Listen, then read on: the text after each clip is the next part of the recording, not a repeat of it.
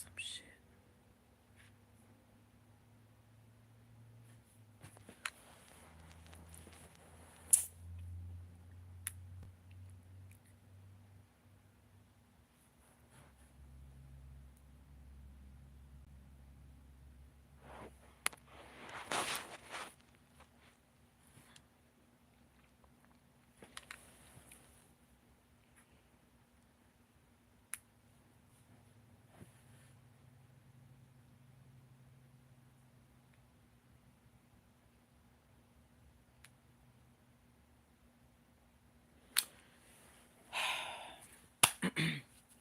Y'all come on in. Oh Lord, this thing is about to really irk my nerves.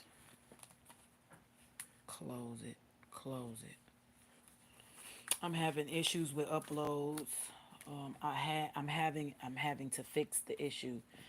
Stuck at 24% Epic Mystic, so I might have to start the upload all over again. I thought it would have done it overnight, but apparently that's just not what it is.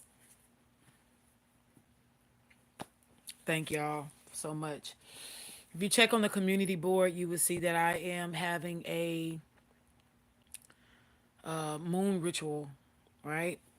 A moon ritual that will end on the 26th of this month. It is $3.33 to get in on the moon ritual. Please read what is on the community board. The description box gives you the Cash App information. If you read all the way through the description box on every single video on my page on this channel, you will see that when you look up my Cash App, the name that's going to come up is Love is Key.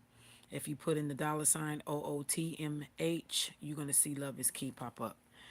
You know, if you just go through the description box, you would see this. Thank you all for getting in on the ritual. For those of you who are invested in securing your future, needing favor from universal planetary celestial energies, you will want to hop in on this ritual. Okay, thank you everybody. Those who subscribe and those who have not subscribed, it's okay. Nevertheless, that will be done, mashallah. I I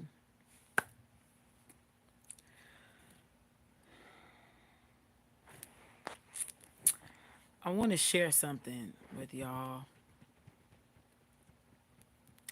I don't know who this is gonna help. Hey everybody, I love you too, sweetie. Hopefully, I'm praying my prayers that it helps everybody.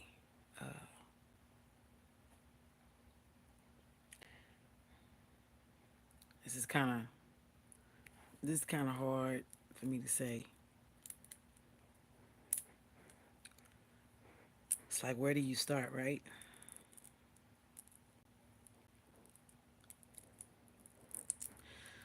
This time of the years has always been hard on me since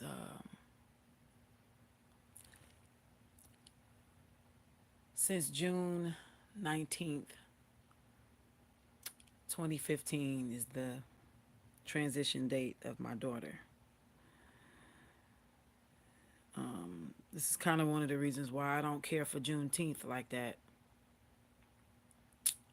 That's a very painful day for me. Some days are better than others.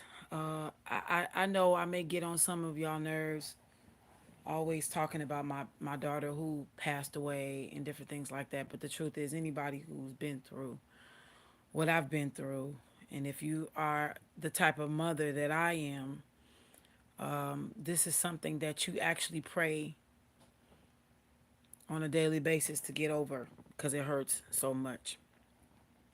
This month, Decembers are usually some of the hardest times due to the fact that she was born on the 15th of this month.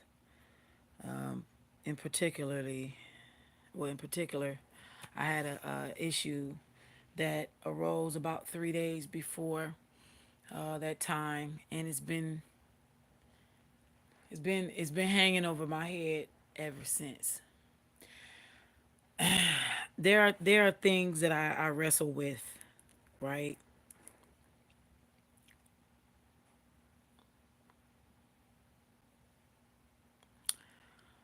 There are things that I wrestle with. And one of the things that I wrestle with is what to tell y'all and what to hold back.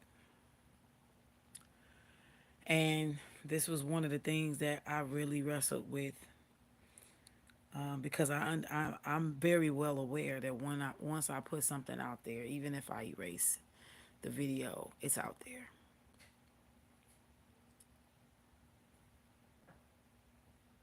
Some things I do is strategic, other things are God does it, and I'm not even aware that it's God. Again, if nothing else, what I'm getting ready to say next, I do pray that it helps somebody, including myself. About 3 days before the 15th of this month, a little depression had been creeping up. I tend to battle these things quietly. I don't like telling nobody, you know, um, that I'm going through things. I like to. That was not a fart. That was my foot. Because some of y'all be like, "Is she fart?" No. See, that's my foot. But anyway, I tend to go through these things quietly because looking back at my life, especially what I went through last year, was really, really harsh. And going through this year,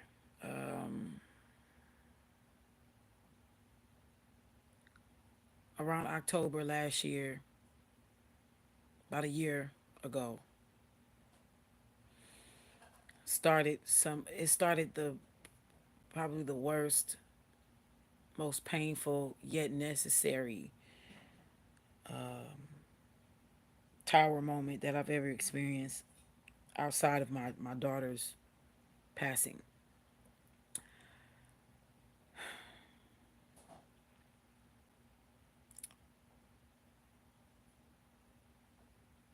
I have learned to be very careful about what you share with people, because people have a tendency to prey on you when they feel that you are weak or down or out, or you know.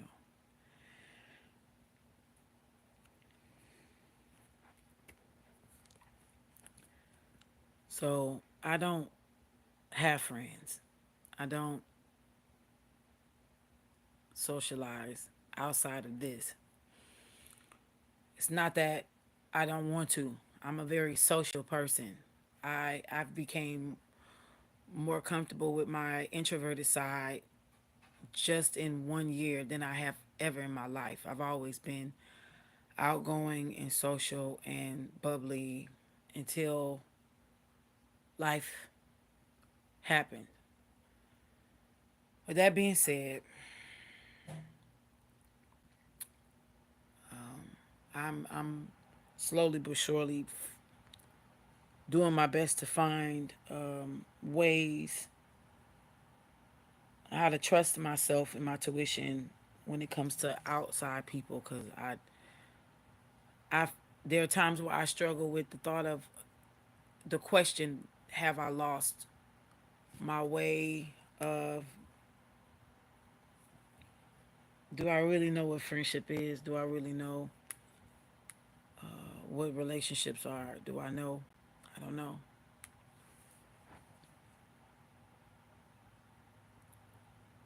Do I ever even want that? It's another question that I really struggle with answering, because the fear of repeating hurts is what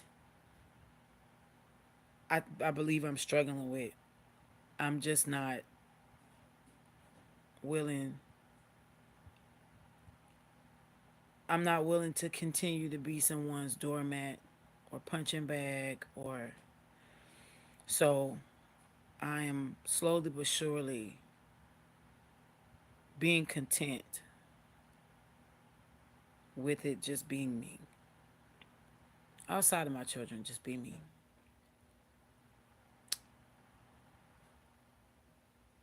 Um, give me a second.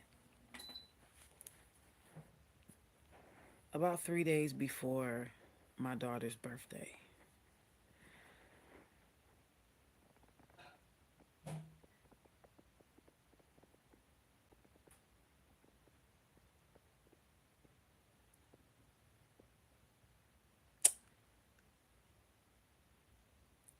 my mother, man, this is a little hard.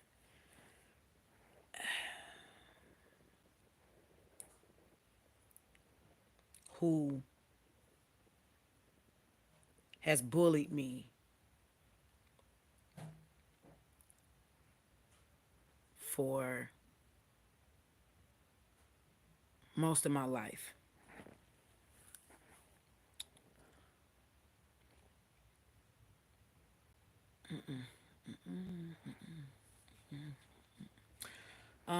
She told me, and mind you, this is I was already like fighting depression. She says, my life has been a pain ever since you were born.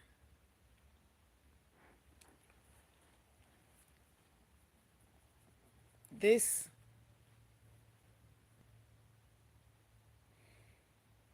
this statement comes after I questioned her involvement in creating strife amongst her children.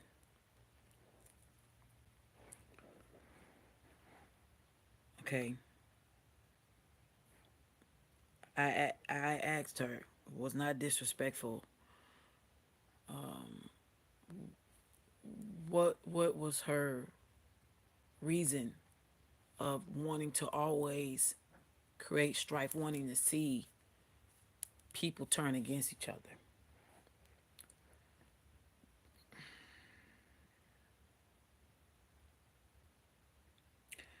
Yeah, I'm gonna be real honest. I used to tell people all the time, when they would tell me about the hell that they would be going through with their parents, and I'd be like, well, at least you got your parents, because I don't have relationship with my parents. I'm gonna say this. I have I'm gonna put out a few disclaimers here. Number one, be very careful what you pray for. Her saying that to me, which was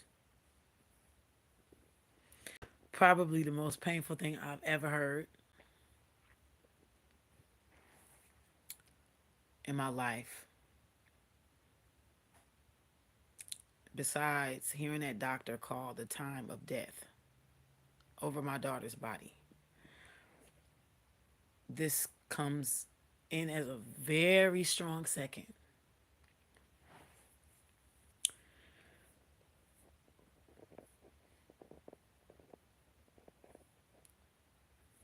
I used to tell these type of people who was going through these things with their parents, oh man, it's gonna get better. At least you got a relationship with your parents, blah blah blah, this and that, the other. Man, let me tell y'all something.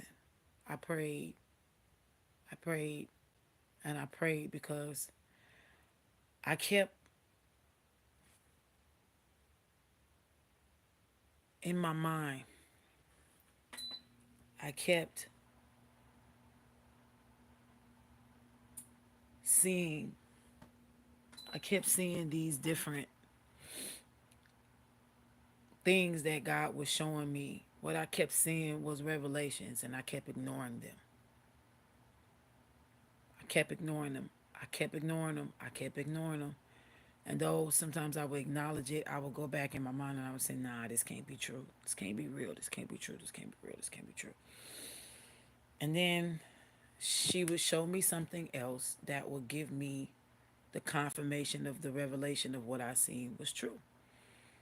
And the revelation was simply this: your mother does not like you. Your mother does not love you because she can't love herself. Now, those two things are very hard to hear for me. But the third thing was the most hardest because it was the most disturbing. And the other this is what the third one was: jealousy.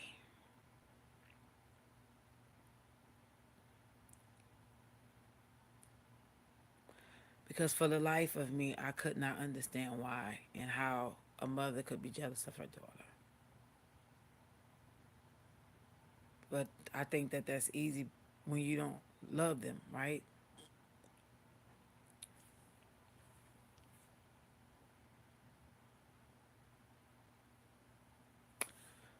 So,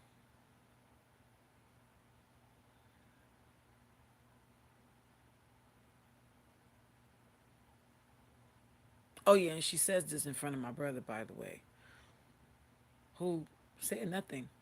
Is nothing to him.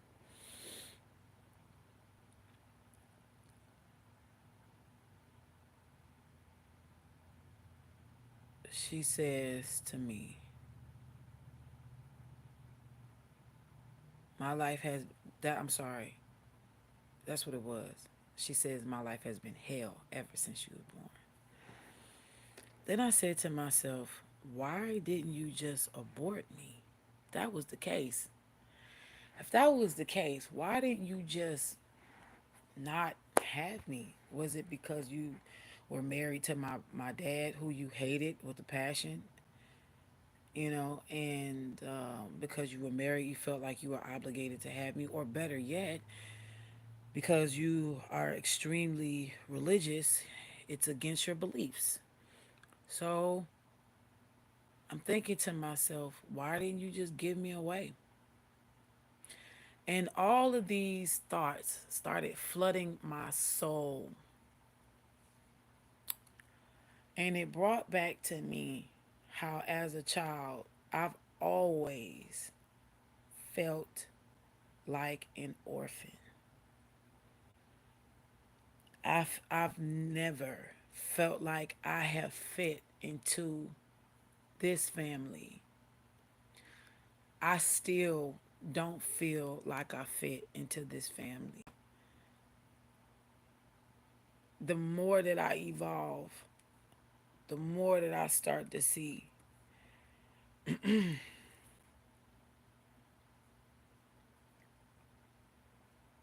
that I really don't belong. I don't belong. So why keep fighting to belong, I want to make this very clear. I'm not sharing this for your sympathy. I'm not looking, people like to, I'm not, I'm not looking for your sympathy. I'm just simply sharing for your understanding. Somebody may be going through this as well, and you may feel alone. I feel alone. I'm not going to sit here and lie to you. I feel alone. I feel alone. I feel several other different things. But the most, it's painful and it's hurtful. I remember being a teenager in California, and I remember seeing that she was very successful in taking away my brother's manhood.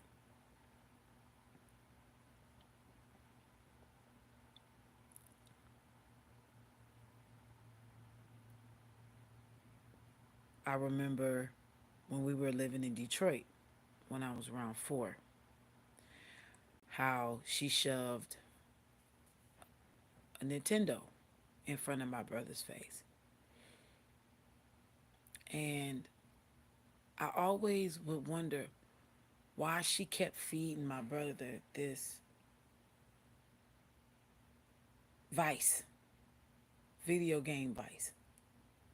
I'm not saying playing video games is wrong no more than drinking alcohol is wrong. For me personally, I feel like anything in excess can harm you and or kill you if you're not careful. I do believe in drinking and being merry. You know, in a social setting, you must use discernment. Don't go overboard with certain things, and having fun is not. There's nothing wrong with that. But when you are drinking to drown your problems, that's a problem. I know personally that is a demon that I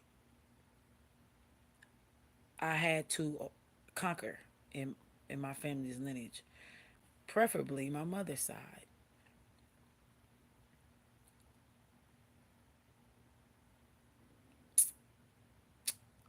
My grandfather passed away from cirrhosis of the liver because my grandmother, who had 16 children,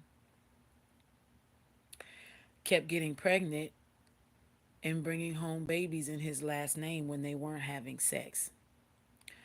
So he drank himself to death instead of speaking his truth.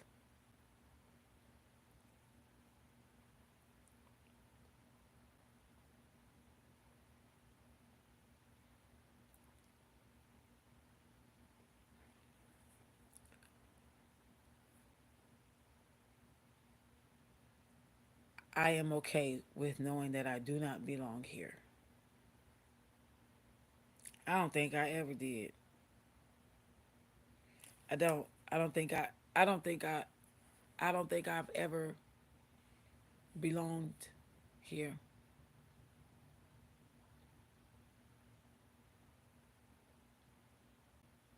I remember her shoving that video game in front of my brother's face to the degree when we got older, she would be in church during testimony time. He was grown, I was grown. And one day she got up and she said, in church, she says, praise the Lord. Saints, I'm so glad that I can say that I got a son that ain't got no kids. He ain't married, but he ain't got no children floating around here. I ain't never had to bail my son out of jail. And she goes on to say all these things. And then she stops. And she says, I can't say the same thing for my daughter.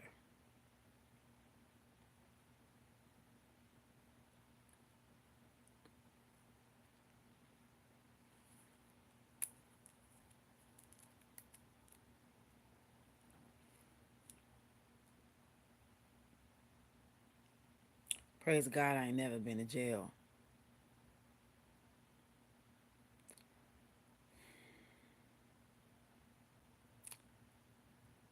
I got pregnant with my first child when I was 17 out of curiosity.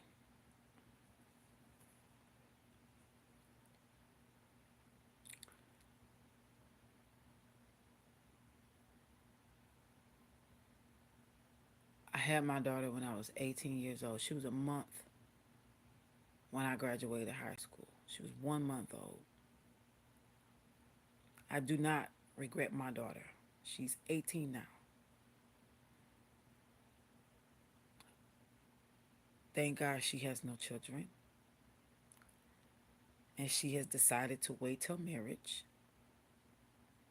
or until she felt that she was ready to engage in any kind of exchange of high level sexual practices. I am very proud of my daughter.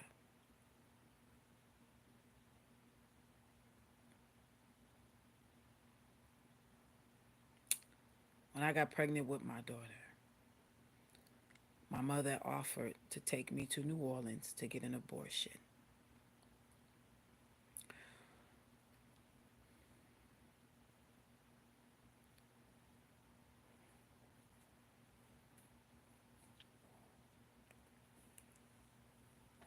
This is hard.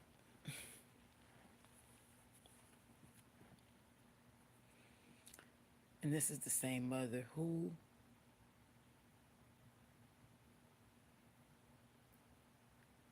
every now and then tries to find a way to turn my children against me.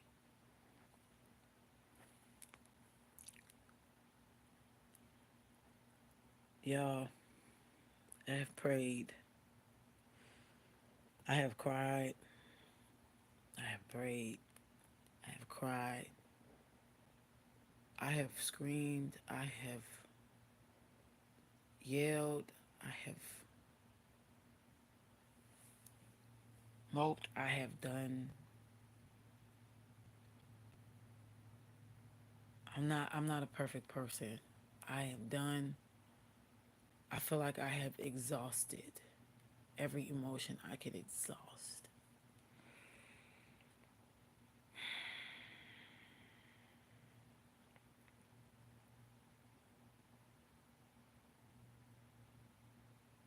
I'm not gonna lie to y'all.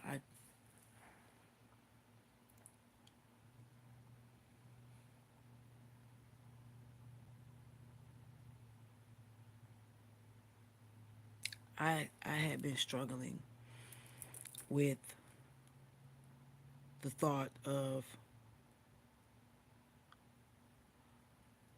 what I call traditional, old, outdated mindset of what respect looks like towards your parents. And I'm coming to the knowledge that what is respect to me may seem like disrespect to someone else.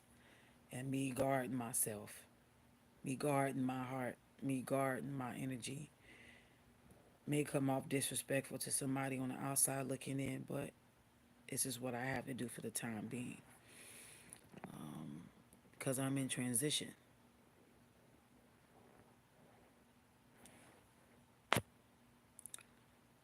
So,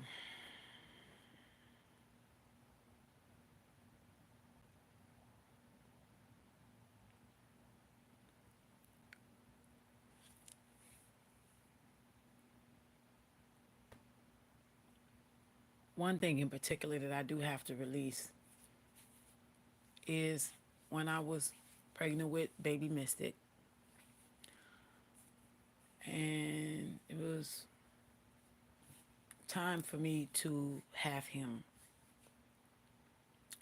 I was scheduled to come in to induce labor, and she would not let me use the card that I bought, that I had paid for. I had to lie to the ambulance and tell them that I was in labor in order to get a free ride to the hospital to have my son.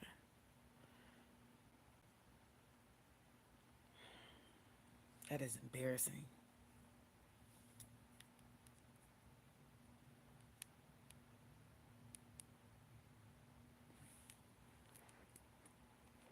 I have I keep playing these different these different memories in my mind.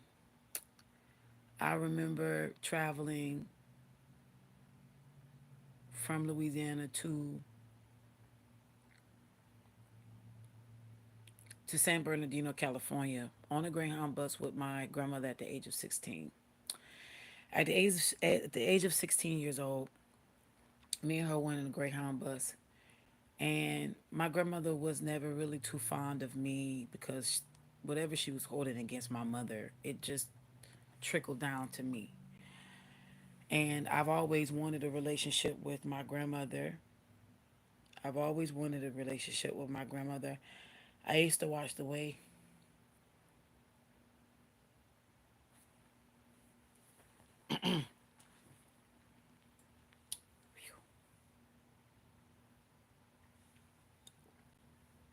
I used to watch the way she would treat my my cousins, other grandkids, and I would always wonder why she didn't like me. I was a kid, for crying out loud. I'm talking about even when I was 9. I never did the lady nothing. I don't know why she treated me like shit.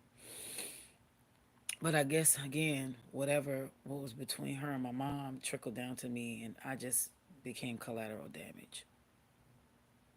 Well, this kept spiraling, and she went to certain family members, and they asked, she asked them, can I take my grandbabies with me to go to to California? And most of my aunts or uncles told her no. I don't know why my mama let me go with her. And anyway, I ended up going with her, and we went to go visit her firstborn, my oldest, the oldest aunt that I have out of 16 kids. Right? So we get there, and my aunt looks at me, and a few days pass by because we're supposed to be staying over there for the summer, right? And a few days pass by, and my aunt can tell that I'm really, I'm dying, man, because my grandmother is being fucking evil, bro. Like, I could eat a hot dog, and she would say I'm gonna get fat, or like, and looking back, yo, I wasn't even fat, my guy. I wasn't even plump. I was literally like an average sized kid looking back. And so, like, it was just really weird, how she would just pick on me. I wouldn't eat, she would have something to say. If I ate, she would have something to say. And so my auntie called her son. It's like, hey, come get your cousin. And so I stayed with him. He was in the industry for a while.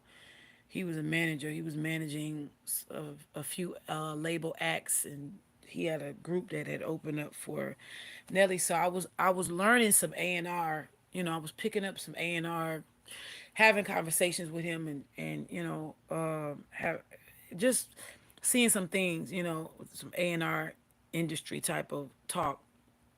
And so I'm noticing that I'm thriving while I'm there, and he takes me to Stephen Russell's house. Stephen Russell actually was had a hand in B2K, believe it or not. And Stephen Russell's the lead singer of the group Troop. You don't know who Troop is. So I'm sitting in Stephen Russell's house, and I'm watching, now looking back, Why I Love You B2K video hadn't even got in the hands of BET yet. So I'm looking at some exclusive stuff. I'm just sitting there like, you know, I'm watching these brothers just dance down. I mean, they was dancing down. You hear me? And I'm like, this shit. Like, I'm looking at this, and I'm just like, wow, this could be my life. I could see myself involved doing things like this, putting people on, and just doing certain things and blah blah blah. But I began to see, when I got out of that environment, how when I went in an environment that was conducive to me, my talents, my gifts, my calling, my this, my that, I began to flourish. I felt lighter. I felt brighter. Things was happening a little bit different, right? So when we left, we was passing through Mexico, Juarez. Ended up eating a burrito and got sick and almost fucking died, and had to come back to Louisiana, get in the hospital, be hooked up to the IV and shit. And that's a whole different story. So anyway, I say all that to say, I realized, because of the relationship that my grandmother had with her mom, or the lack of the relationship thereof, that trickled down to her and her kids, because I started to realize while I was there, and I have a lot of family in California, so we had a lot of my aunts and uncles would pop up and see their mom while she was, with her eldest child. And I would notice that none of them called her mom. They all called her by her first name.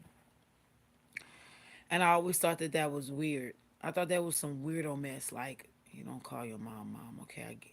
But then as I got older, it started to make sense to me. It has something to do with love and respect. To call somebody mom, call somebody dad, that is a term of an endearment from the child to the parent. But that's also a sign of affection from the child to the parent. It's a title. It's not a name. It is a title. And so I started to realize as I got older, everybody who bears the title of mom and dad is not necessarily a mother or a father. And it made me a little sad because I started to finally understand why they never called my grandmother mom. And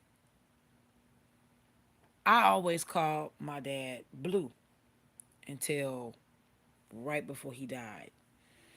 The last 2 months, I was, doing my best to have some kind of relationship with him. And I started calling him dad. It would feel funny, but I would do it anyway. And I say all that to say I watched how they really didn't want to be around their own mother. And it would baffle me. It would baffle me. It would baffle me every time I'd see my aunts and my uncles and even my own mother would look around like, what the fuck is going on? You know? And my grandmother was upset with my mom because my mother is the eighth of 16 children. She's right in the middle, Cancer sign. So she raised and took care of all of the other children that was born after her. So you have to understand that a lot of most of them that were born after my mother has more of affinity, toward my mother as a mother than they do a sister. More so than they did their own mother. So I guess she always looked at my mother as you replaced me, not realizing you were your own fault. You were at your own detriment of why you got replaced by your daughter concerning affection and love from your own children. Tell that to say, now I'm here. And the opposite, watching my mother take pieces of my brother's manhood when we were kids to dismantle him slowly so she can get up on Sunday mornings and brag about how she didn't have his son running the streets or popping babies and women and all this other stuff because, yeah, he couldn't because you had him always in the house playing video games. And now, when someone is grown and don't know how to be an adult because that's all they know is video games and they weren't able to emotionally develop, mentally develop, and they are stagnant in their growth and they have an arrested development, of course, you're going to always be able to brag about that, right? So very quickly in my teenage years, I became the devil in the family, in the house. I became the rebellious one, the one who didn't do what she wanted. I had to pay every day for. She didn't want me to have friends because everybody was always out to get me, right? This is what I was told all the time. Everybody's out to get you. Everybody's out to harm you. Everybody, you ain't got no friends. You ain't got no friends. You ain't got no friends. I heard this all my life. You need to leave people alone. You don't have no friends. Da da da da. And sure enough, I would have friends, and I would get my feelings hurt, and I would go through things, but I would still find a way to have other friends or different things. And I just, you know, she tried the whole Super Nintendo thing, and it didn't work. None of that shit worked with me.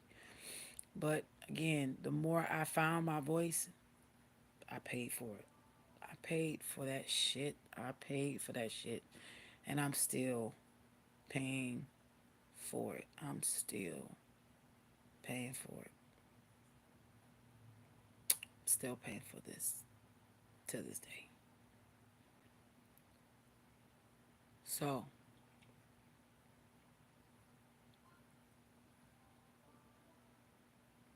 I'm very well aware now of the truth. I'm also very well aware of the fact that this dies with me. This is broken with me. This is why I have chosen to raise my children different. I remember when I came across my aunt. One of my aunts, when my kids were very small, my two girls were smaller, and she looked at me and she said, "I could see you raising your kids real different from how you was raised." She said, "I could tell how they act." And I said, "Yeah, cause I said a lot of that stuff y'all done passed up to y'all children. Going, that shit dying with me. That's broken. That's broken. I'm not. That's I break that cycle when it comes to my kids. It stops with me." And so, as my kids got older, my girls, and people are starting to see, oh, okay, they real free. They ain't like her, how she grew up. So she must have did something different. This is why I tell my girls all the time, I'm your mother, but I don't have problems apologizing when I'm wrong. I tell my children every day that I love them. I show my children affection. I hug them. We laugh, we joke, we talk. All three of my children. My son gets it regardless. He the baby. But the girls in particular, because they're older, we have times where we come together. We do wellness checks between me and the girls. The three of us will come together, and whether once a week or twice a week, or sometimes almost every day if we got to, we'll come together and do a wellness check. You good? Yeah, I'm good. You good? Well, con ça. What's going on? Well, this what happened at school, mom. Okay. And, I just let them, in that moment, I let them freely speak. I let them speak. I let them get it out. I let them explore their emotions. I want my children to be emotionally sound before they even get grown. You know what I'm saying? My children are emotionally stable. My children are becoming emotionally stable. And it's because I'm allowing and have allowed for them to safely explore their emotions, how they feel, and expressions without any type of judgment or consequences that will make them cower down and different things like that. And this is what keeps our relationship and friendship clean between me and my girls, because my girls are gonna get grown one day. My oldest is 18, but she's gonna reach where she get grown. My teen is going to get grown one day. They're gonna move out and get their own place and do their own thing and have their own families or have their own stuff going on in their households. And I want them to be able to feel like they can pick up the phone and call mom. I don't want them to stare at their phone and debate whether or not they want to pick it up when I'm calling,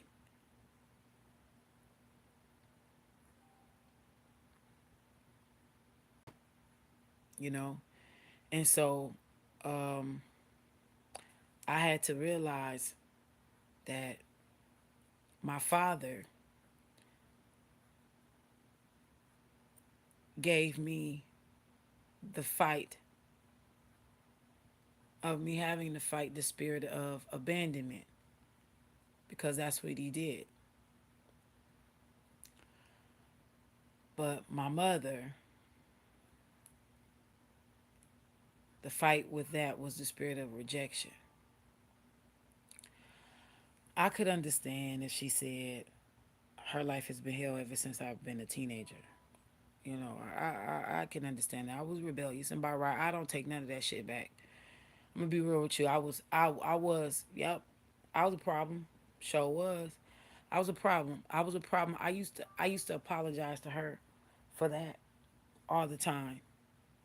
I used to get on my knees even when I was an adult in my 20s. I used to, please forgive me for what I did in my teens, all this other stuff, because she had ingrained in me that I was going to die early because I disrespected her. This is the mindset she put in me at an early age. She was the type of mother who loved my brother but raised me. I was a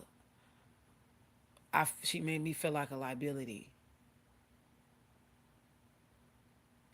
Funny enough, this is the same thing my ex-husband said to me. He stood over me one day and told me that I was a liability. Mind you, this was after I had my child. I couldn't work. I worked all the way up until my I didn't even do maternity leave, okay? I worked up until I couldn't work no more. Boy, man. Knew how to pick them, didn't I?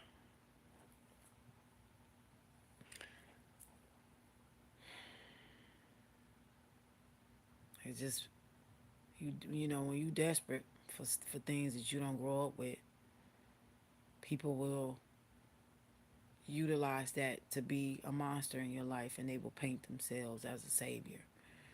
The truth is, they coming in to really be reckless with you because they know that all you want is to be loved and accepted. So they use that as a means to prey on you and abuse you and misuse you. And that's what it was for me.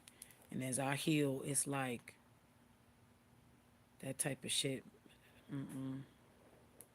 It makes you not want to trust nobody, you know. But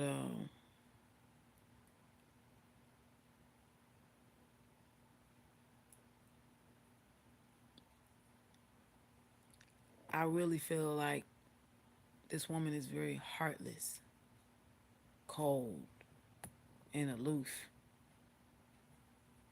And the truth is, when I look at her, I don't see love. We don't eat the same foods. She eats a lot of low vibrational foods, which makes me feel like that's what keeps seeding her, you know? I remember when I was young, my mother used to be a neat freak, clean freak. And, I mean, OCD kind of runs on that side of the family too. It comes with like the intellect. I don't know what the fuck that's about, but I used to hear that all the time. You know, they used to call her last name like them, the French last name. They said they weird. You know, they weird. They weird. They all nerds and they all. So you know, I used to shapeshift when I was a kid. I didn't want to perpetuate the nerd, you know, part of it all. So I would purposely dumb myself down to fit in. And then when I would get comfortable and start feeling like I was okay, I'm comfortable enough to be myself, then all of a sudden I would be like, do you know the molecular structure of CNLFCC can cancel out F285 9000 in this life? Be looking like, what? Like, oh yeah, no, chloride mixed with fluoride actually cancels out neon sulfites. Like, what? Oh nah. Um just don't turn the neon light on if you have the gas on. That's all. Like, and it'll be stuff like that. Like, I would find that I would have to, you know, catch myself. I would have to literally, like, I would peek my head out. Is it safe? And then I'd say something to see if it was safe. Whoop, no, it ain't. Okay, so we're gonna go keep being dumb, you know. And I've had to do that all my life in this family. I don't know who else this is for, but I come from a very long line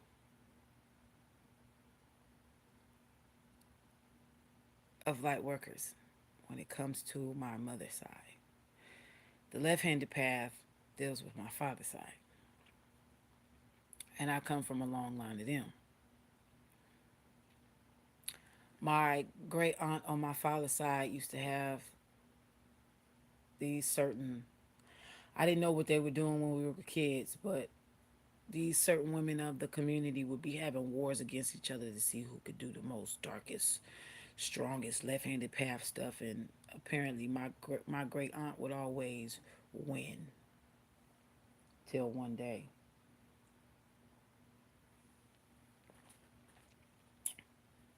my father's side of the family, they always die by twos. So my aunt and my great aunt died the same day in the same hospital, literally rooms on side of each other. That's the curse on that side of the family. They don't follow me though. But anyway, my my mother's side ran from their gifts. So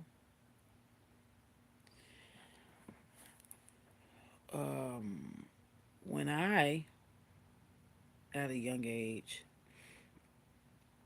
found out that I could do certain things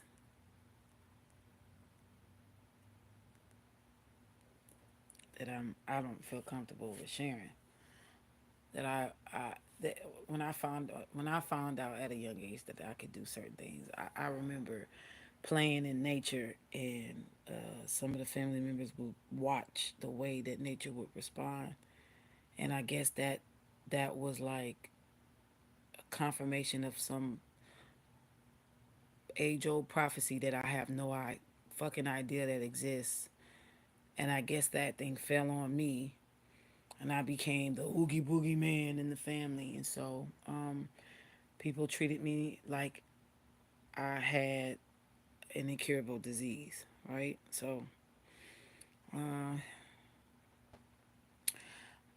I was the one they wanted around but didn't want around. It would be, y'all could play freeze tag with her, but just watch what she say, because of certain words she used. And I didn't even know that they knew this stuff about me. I didn't even know it because I didn't even know this about myself. I didn't know nothing. I didn't know this stuff about myself. But they always treated me like the eyeball. I was always the one that was, hooga hooga. It was like I don't know what that was about. But I was the one that when I got older and I started to dabble into, you know, tarot and herbalisms, and I've always been into herbalisms when I was a kid. That was nothing. I grew up under the rearing of Osane. That just I've always, I sometimes I look at my daddy and I'd be like, nigga, was that you? Was my daddy in reincarnation of Osane? Because my father had a green thumb like none other. He could throw seeds on the ground and bitches would come up plentiful. I don't know what that was, but anyway, and I'm glad that I inherited that thumb.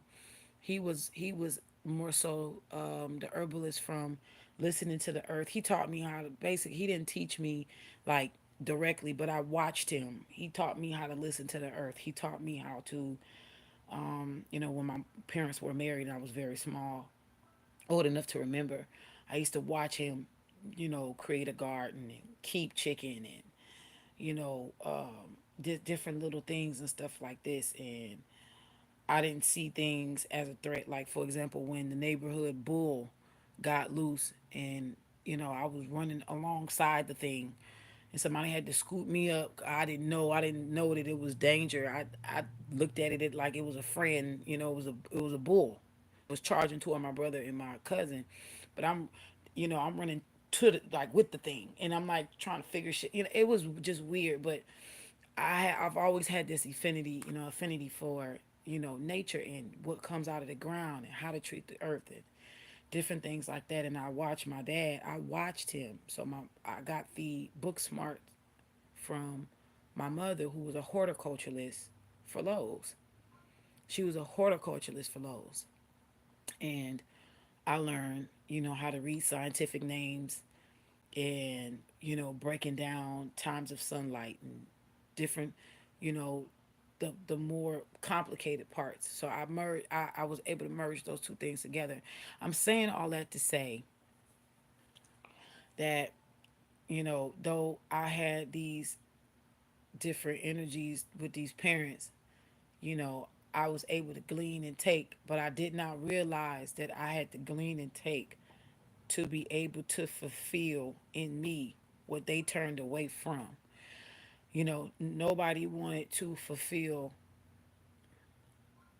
the healer side of my grandmother's side of the family, because that for them was going to take inner healing, which means I have to acknowledge the shit that I did wrong, the parts that I had to play in perpetuating pain and disruption within the family line.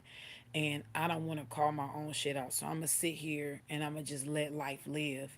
And I'm not going to live life. I'm going to let life live me. So they went through these motions of praying and crying, and I'm just going to have to get my blessings when I get to heaven and all this other bullshit. And so they stayed there stuck in ego and pride because they was too scared to heal. On my father's side, nobody wanted to heal the witchery line of the family because it was gonna stop them from just being unnecessarily fucking evil. And nobody wanted to do that. They I'm gonna be honest with you, most of my daddy side of the family, especially them old heads, they got a kick out of, being the two-headed person, you know, in the community that everybody went to get work on. You know what I'm saying? The work done, you know, I'm gonna go to, you know, I'm gonna go to Tima to go get some work done on such and such for messing with my husband. Instead of you checking your husband for fucking with your neighbor, you want to go put it on her. But then you keep putting it on these different women, but you ain't checking your so-called man, honey. That ain't your man if he keeps spreading it, thin with everybody else except you. And you staying with it, so he only doing what you let him.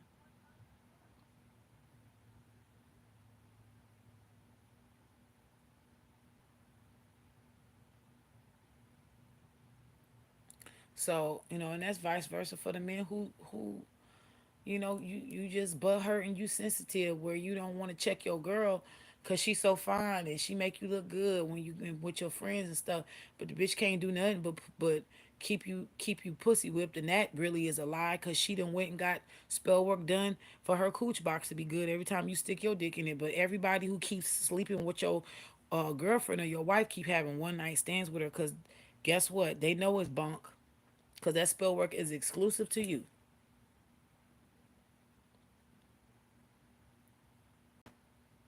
That's why you the only person going crazy behind her box.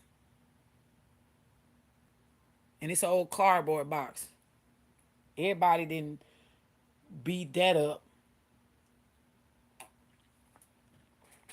Cardboard boxes is to be thrown away, not to be kept. It's to be thrown away. So at the end of the day, it's this is what I've had to deal with. I've looked at the right, I've looked at the left, and I honestly, in my 30s, I look at life and I'm like, I was really born into fucked up families, bro. Like none of y'all wanted to heal. My guy, all of y'all wanted to stay stuck in this shit. Like none of y'all, like not even 2%, 5, 3.5.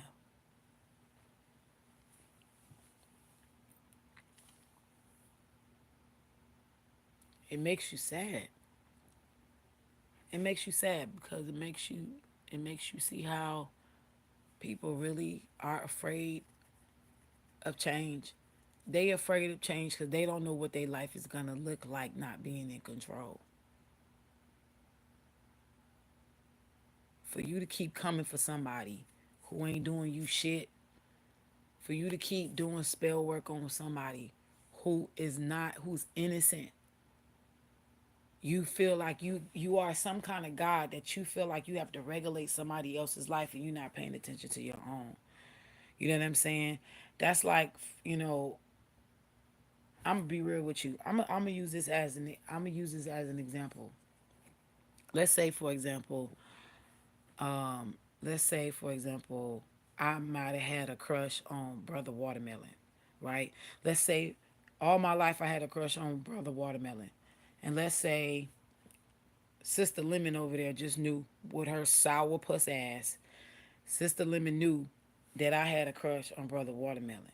And let's say I never knew if Brother Watermelon liked me or not. I just always knew I had affection toward him. I always said, man, when I get older, man, me and Brother Watermelon gonna have it out, honey. But then you start realizing and recognizing stuff that, you know, down the line, you find out that because you had a crush on Brother Watermelon, Sister Lemon found out. Sister Lemon went and started having an affair and messing with Brother Watermelon only because you wanted him, right? Only because you wanted him. And now Sister Watermelon, while she got a whole family in a marriage over here, she got this nigga stuck in spell work, right? So he's adoring her, but the truth is she don't want him. She just want him because you wanted him. And then the whole time she keep messing with, she's like, I don't even know what she even sees in this guy. Every time she walk away from Brother Watermelon, she talking so crazy about him. She letting everybody know how bunk his dick is. He ain't got no dick to actually be sucking on her. Da da da da. Like she just be down talking this dude. That's all she does. She makes her friends laugh at him. The truth is, she really ain't got no friends because the friends making fun, she's making fun of him too. When they walk away, she do the same thing to them. They do her bidding, but she only keep them around to make herself feel better because she talks about them. She'll tell, "Hey girl, oh I like them shoes. Girl, them shoes are horrendous." That's how she. This is a very insecure person. Okay, listen to me, because I'm going somewhere with this. By the time Brother Watermelon came to his senses, he done so much damage towards you on behalf of Sister Lemon. It's done. Can't nothing be salvaged. That's it. The fuck you gonna do? Sing me a lullaby? You can't apologize. You can't. You know, again, ego and pride. And then, Sister Watermelon, you didn't even know why all these people don't like you. You don't even know why these people wanna hurt you. Why they even participated in some kind of blood ritual, blood magic to hurt, keep you stuck and keep you hurt and keep you in pain and in bondage. It's because she been lying. She's been lying and telling lies on you to make you look like a bad person. You didn't even know this woman had a vendetta with you. You don't even know her.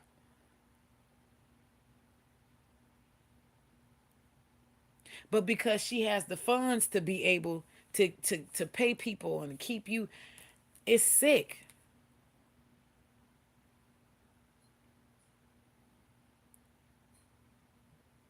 This is the stuff that people do. This is the type of people who my family members, they used to do that kind of work for people like that on my father's side. I had people on my mother's side who did that on ex-husbands and possibly ex-wives. I don't know. This is the shit that I've seen and been surrounded by all my life. I know my daddy didn't put something on my mama. I know that for sure. Hell, I was dating this one guy who was a rapper, and me and him was in the studio with 3 to the Governor, rest in peace, screwed up click. My father told this man, I could teach you how to make sure she never leave you.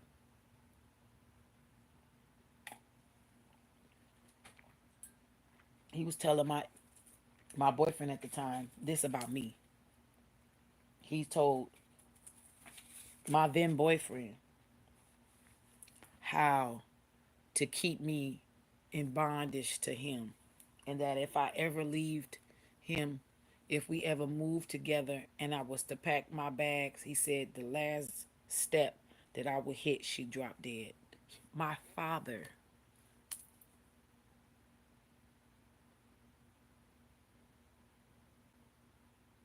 my father was saying this to a boyfriend of mine about me, how to keep me in bondage.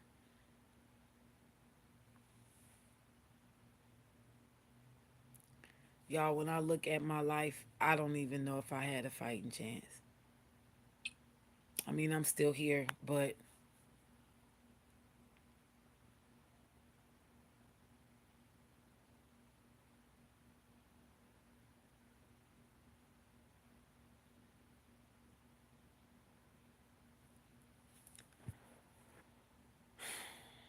no, I don't know how to piece this. You know, how do you take a father saying that you telling this man to do, and he told the spell. He told him the spell. He told him the spell. Like I wasn't there. You can clearly see me. You see, I can hear what you're saying. My daddy didn't care. He did not care. My father said this, and my boyfriend at the time was like, "Yeah, oh yeah." You got to remember, my at the time, my then boyfriend had he was in a rap group out of Louisiana, who was name I will not mention. They had a record deal, and they ended up eventually disbanding,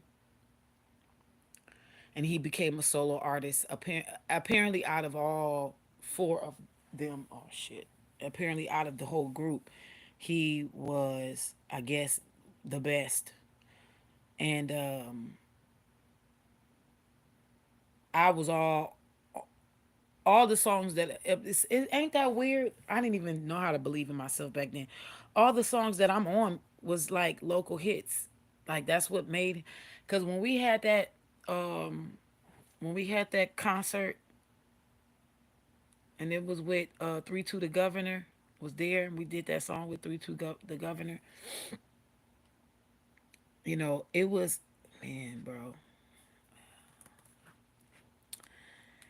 It was so many telltale signs looking back then, like how God really kept me safe, even though people was plotting on me, because that nigga did plot. And I will never forget, it was talks in the family that this boy was gonna propose to me, and I will never forget how when I was told it got around that he was going to propose. I remember that night I went to sleep and I had this dream that I was walking down a church aisle with a wedding dress on and a bouquet. And as I was walking down, and he was standing there waiting with a smile on his face. The closer of the steps that I took, the bouquet of flowers started to turn into shackles. And my face went from a smile to confusion. And I looked down, and whoever was leading me down the aisle, like they was my dad, but it wasn't my father. It was some guy in a tux, and kept walking me. It was like now I was being forced. And I never will forget that I was up there, and I was involuntarily saying I do. I was involuntarily saying, then they pronounced us husband and wife. And I will never forget, in the dream, he grabbed me and was dragging me down the aisle into a limo. He opened up the limo door and he threw me in. He shut the door. He got around on the other side, and I would never forget. In this dream, as the limo was driving off, I was screaming because he was beating me. When I tell you, he asked me in so many other ways to marry him.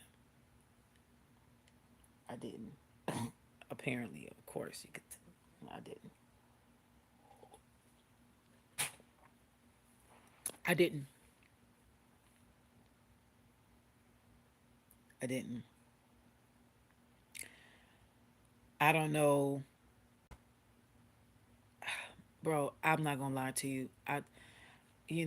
It's easy to say, somebody out there got it worse and all this other stuff. I'm just gonna be real with you.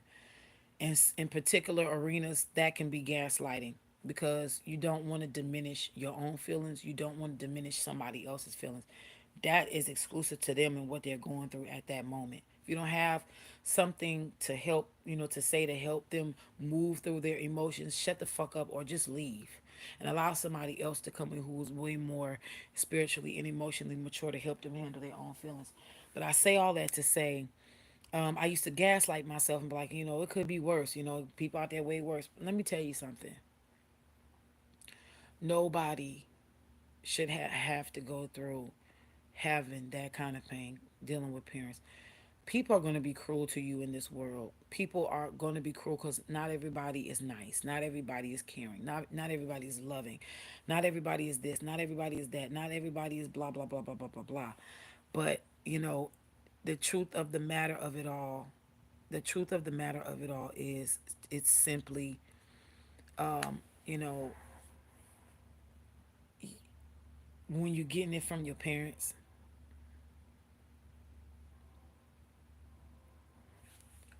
when you're getting it from your parents, it should never be. It should never be. Your parents should be a form of a safe haven. You know, we all trying to figure this shit out. We're all trying to figure it out. I seen I seen a little clip that this girl says, "Let me tell you a secret." She says, "Adulting, nobody knows what the fuck they're doing." She says, she says nobody. She says all that stuff when we was kids, looking at our parents, they was just figuring it out. They don't know. They don't know. They didn't know what they was doing either. We don't know what we're doing, and that's the truth. None of us knows. None of us knows. None of us knows what we're doing. None of us. None of us really know. You know, we don't know what we're doing. We don't. None of us know. So I wish I would have had a dream about. Well, I can't take back what didn't happen. I thank God for divorce. Cheers. Thank God for divorce, cause I'd rather be divorced and free than to be stuck in a marriage that I would always regret for the rest of my life. I wasted enough fucking time with that abusive asshole, and I'm just gonna be real. I'm gonna be real. You can call me bitter. You can call me what the fuck ever, bitch. I'm free. I'm free and I'm unmotherfucking bothered. And if I have to be free and unbothered for the rest of my life, that's exactly what I'm going to be. I'd rather be having acres of land, having farm, knowing my kids will forever be okay, knowing that I'm creating legacies that I can pass down to them, that they'll never have to want or work for a motherfucker again if they don't want to, versus me having to be stuck in an illusion and a deception and manipulating people for likes, views, and accolades. I would rather be like that.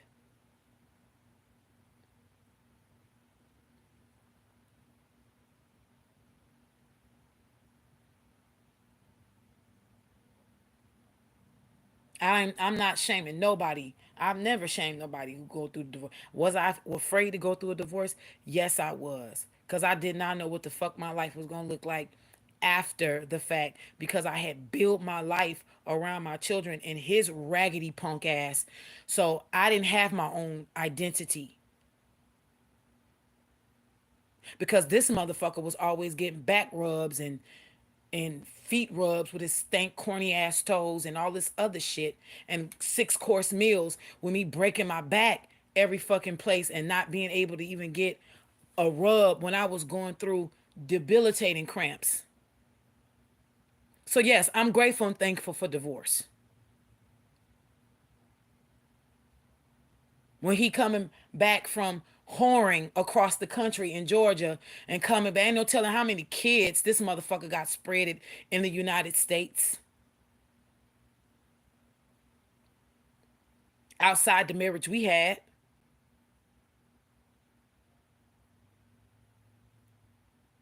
Coming back home at 5 o'clock in the morning to a 7 course meal and put it on Facebook, by the way, which I do have the screenshot of, just in case a nigga get froggy and want to leap and say I'm lying.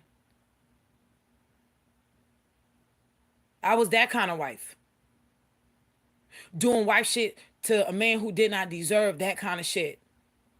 But nevertheless, I can't take it back. It's done. But I tell you what,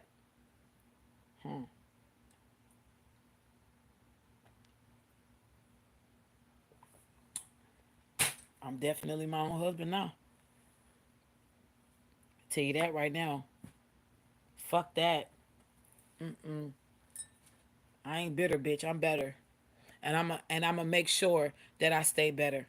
I refuse to let any kind of man come into my life and be a destructive force in my life. If you can't even add an extra breath to how I'm already breathing and make my oxidation level go up to where it would benefit my entire body, bitch, I don't need you on my side, in my house, in my vicinity. Fuck you. Me, half a man to no man at all. No ho. Take it all.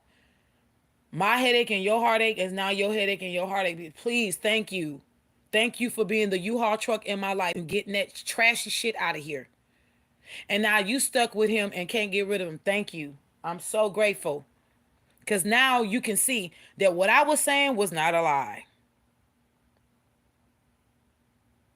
And now you got real problems. Because you done got a boy who don't want to heal from his mama and daddy issues.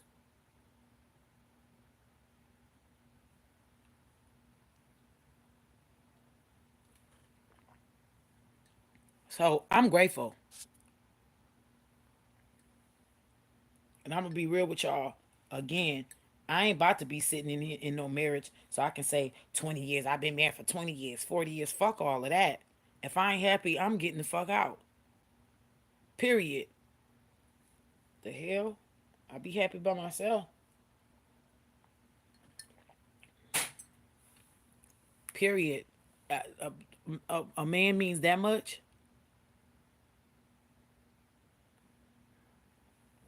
Okay. All right. That's how you feel? Okay.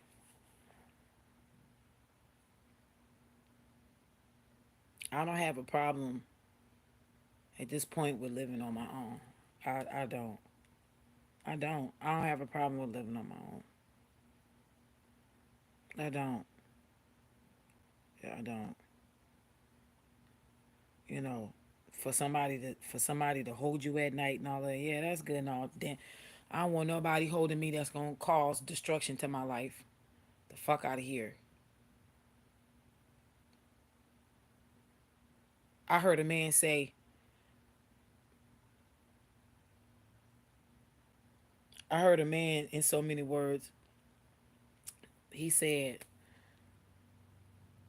You let me you let me sleep with you. I didn't even earn your love, let alone your lust. But you still found me worthy enough to sleep with you? And I thought, I was like, damn, that's deep. This nigga just said I wasn't even worthy of your lust. I'm not even worthy enough for me to lust after you because I know I'm a slob. But yet you allow for me to be in your energetic space and share my tribulations in your womb.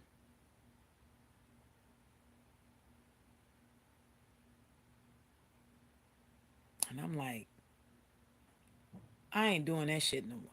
I will not. I will never, bro. I will not. I will never allow that shit in my life ever again. I don't have a problem. My cutoff game is extremely strong. And at this point in time in my life, I'm not gonna lie, I don't know if I'm borderline, I'm borderline. I might actually be getting off at the fact that these motherfuckers is scared. I'm glad. Be motherfucking afraid, bitch. Be afraid. Be very afraid. Cause I ain't the one you step to with wanting to hurt and harm.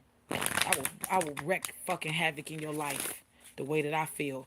A nigga try to come in my life from now on and think he can just take from me and fucking do me harm.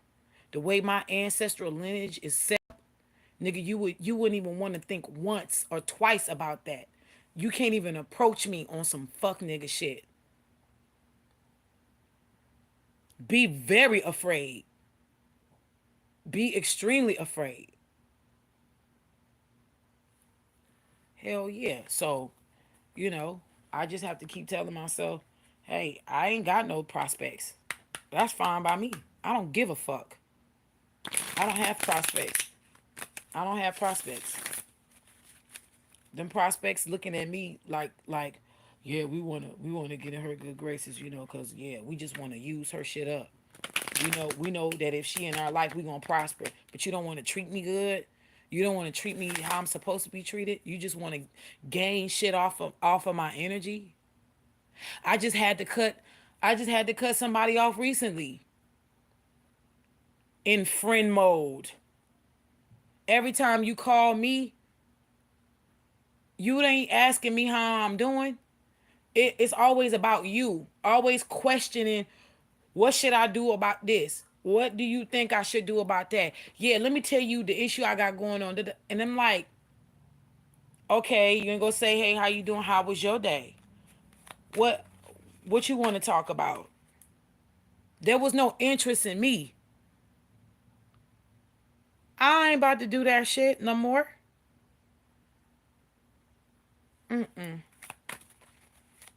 This wasn't that recent, but it was recent enough.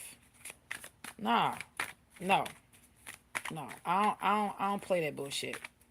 No. Anytime you got a man who they just infatuated with themselves, they ain't checking on you, trying to see how you doing, and they really, and it's not just them asking that question, because some niggas that ask that question and then sit there and then they'll proceed to talk all about themselves all the time. You got to look at consistency, because people can lie only but so far. I don't pay attention to what people say. What they say, actions speak louder than words. I ain't paying attention to your actions either. I'm not. I'm not going to pay attention to that because actions can lie. I'm going to pay attention to your patterns. Because you see, patterns is what you're consistent with.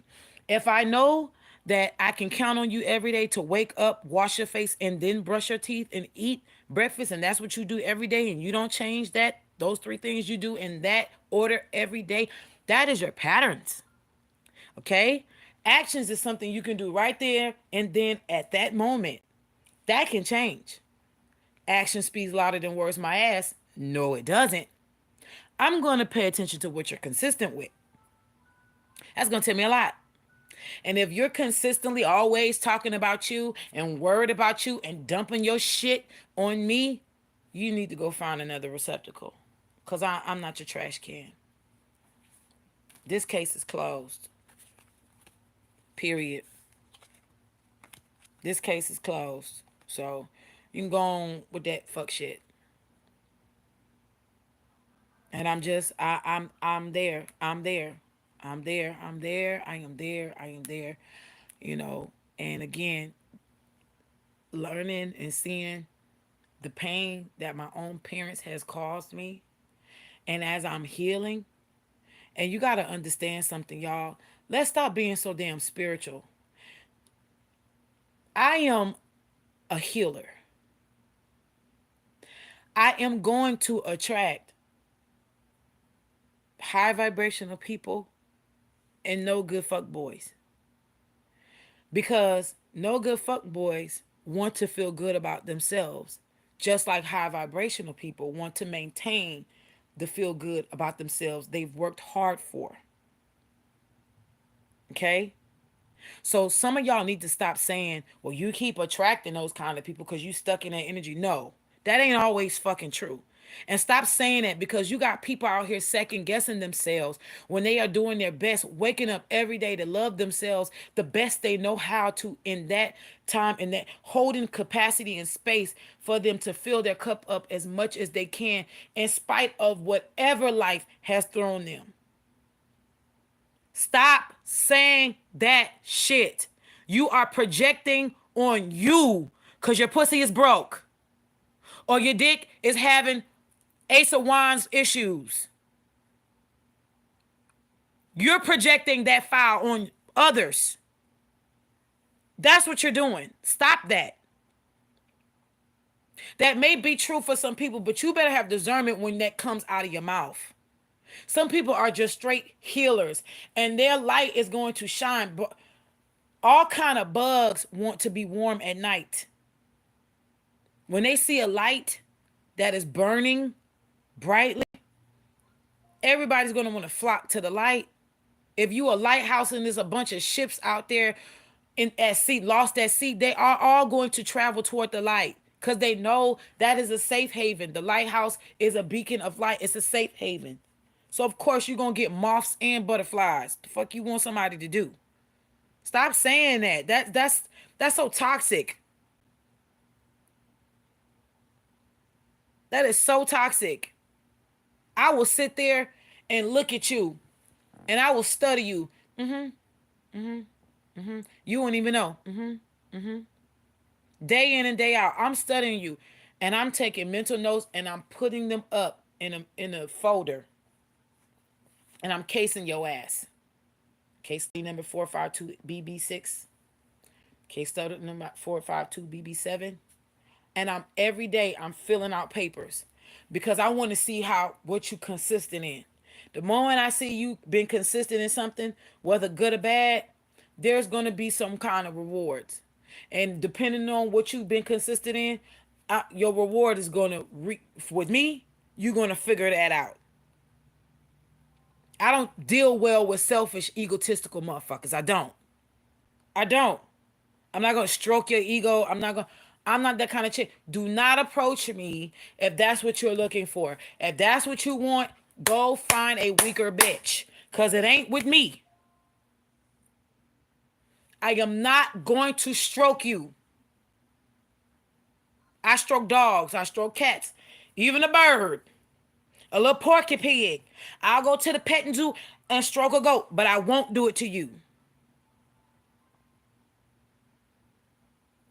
I'll do it to the feathers on a peacock, but not to your raggedy ass. You go find somebody who wants to put that kind of time into you. Because if you're not fixed, I remember seeing all kind of clips that was like, the fuck?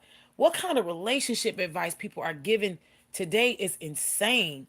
This man said while he was on doing a video, a radio interview on a video, he was like, in so many words, he was like, man, when I look at my girl and how much she loved me and how I broke her down, and when I broke her down and how she looked toward me to build her back up, I was like, what?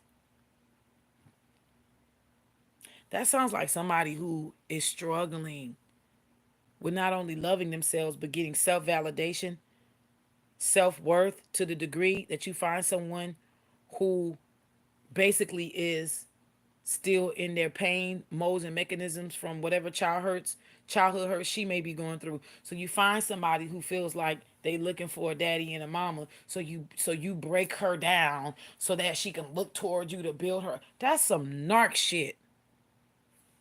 That's some narc shit. This is what's in the dating pool. Y'all can have that jacuzzi. Y'all can have that. Y'all can have the diving board. Y'all can have the 8 foot, the 4 foot, the 2 foot. Y'all can have the kiddie pool. I don't want none of that. I don't. I don't. I don't. Y'all can have all that shit. Nope. Nope. I can't wait to get my acres of land so I can have me. I'm farming my own shit. Martha Stewart ain't gonna have nothing on my vineyard. I'm gonna be focused on me, my kids, and what the fuck I got going on around me. I don't want to deal with that fuck nigga shit. I don't. I don't. I no. I don't. I don't. I don't. It's sick. No, we're not doing that. No, we're not doing that. Not, not. You can have that. I don't care if the dating pool got piss, shit, and throw up in it. All kind of bodily fluid. Y'all can have that. I would rather take my ass to the beach where they got negative ions in there and that salt water cleaning itself. That way it can transmute any and all, help me to transmute any and all kind of negative energies across all space and time that my ancestors have accumulated within this body. I will rather work on myself than to be put in those environments. I'm not desperate. I'm not. I'm not. And I'm really starting to look at what I think is love differently. You know what I'm saying? Like, it, y'all, no, no, no, no. And you got old motherfuckers out here still with that mindset. They think if they get a younger, not realizing these young girls, they ain't like the young girls from 20 years ago. These young girls is on that shit.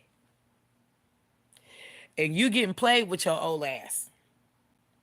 She know you can't get up the way you want her to. A lot of these old men that's recruiting these young girls, they cannot keep up with the stamina of with these young girls. These young girls got so many side niggas. Them bitches got more side pieces than KFC. You hear me? And the cold blooded part about these young girls, they make these older men feel like they the only ones. They make them feel like they the only ones. Yes, Chatty. They be playing their ass. You hear me? I would pour. Listen, I rather pour my energy into animals, orphans, elderly.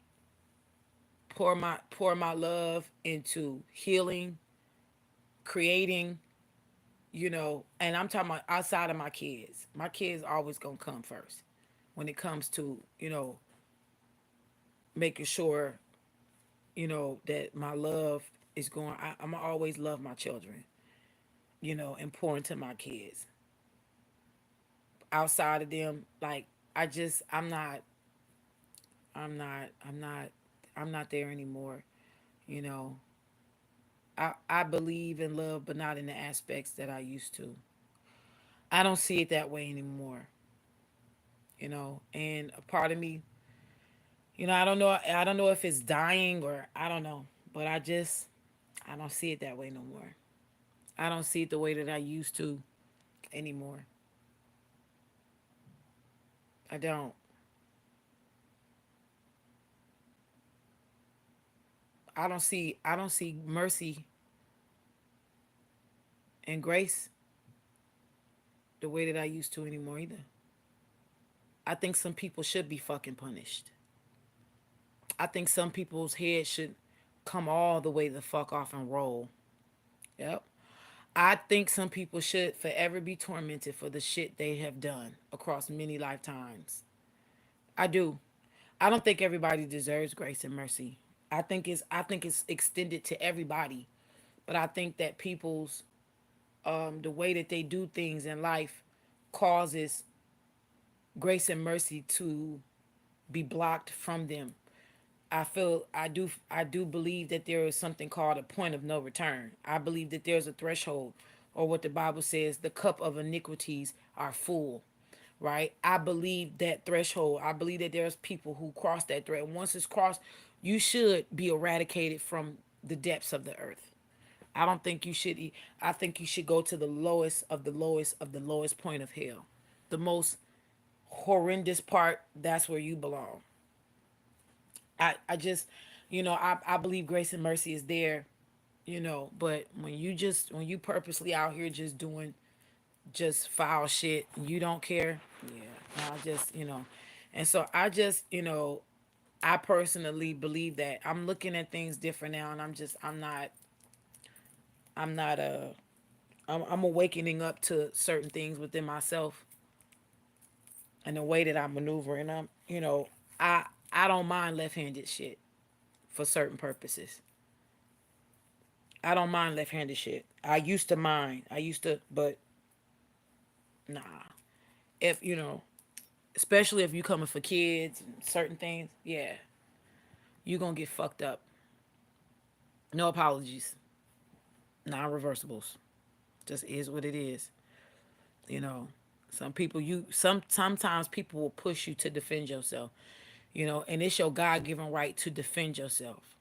You know, especially against lies and slanders and different things like that. There's nothing wrong with you leaving it in the hands of, you know, your spirit team. If you that kind of person who just will rather your spirit team deal with it and handle it and different things like that, ain't nothing wrong with that. You know, I'm not telling y'all to just go out there and be reckless. That's not what I'm saying. But there are people who are genuinely innocent of things and they have been just unjustly attacked. I'm one of those people. I'm also one of those people who have been very silent and have not been retaliating. But, you know, I keep seeing shit in the spiritual realm and I keep feeling stuff. And see, December 2022 is the last month that I go being extra nice. I am going to start fucking people's world completely up. And I'm not going to apologize. You come for me, I'm going to fuck your entire world up. And I mean that from the bottom of my bone gristles. If I feel the need to go there with you, because you keep coming for me, I'm fucking you up. And I'm not going to go to sleep at night. I'm going to the amusement park. And I'm going to get me some cotton candy and some funnel cakes. And I'm going to ride all the rides I can. And I'm going to skip through that motherfucker like I'm Dorothy. And I'm going to have a nice, good old kitty old time. And I'm going to forget the fact that I did it. Because I'm going to be well within my rights to fuck everything you care about up. People need to understand that folks can retaliate. And just because people ain't doing it and they allowing their ancestors and higher beings and higher ups to do it, don't mean that I won't. That's a message for some of you motherfuckers who's watching me.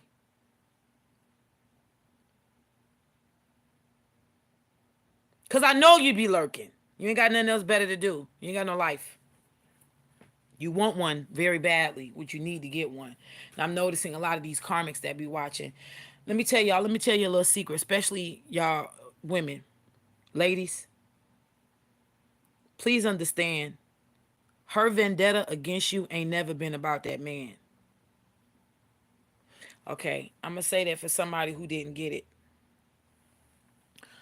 Her vendetta against you ain't never been about that man. And the people that she recruited to harm you, they're starting to see that. If not now, they will start to see. Because they realizing that, wait, this person ain't even sweating that man no more. Or this person ain't never been sweating this guy. So why have we been attacking her for her? If she's not sweating this guy anymore, or she's never been sweating this guy, why are we attacking her on behalf of this chick? Because it was never about the guy. It was always jealousy.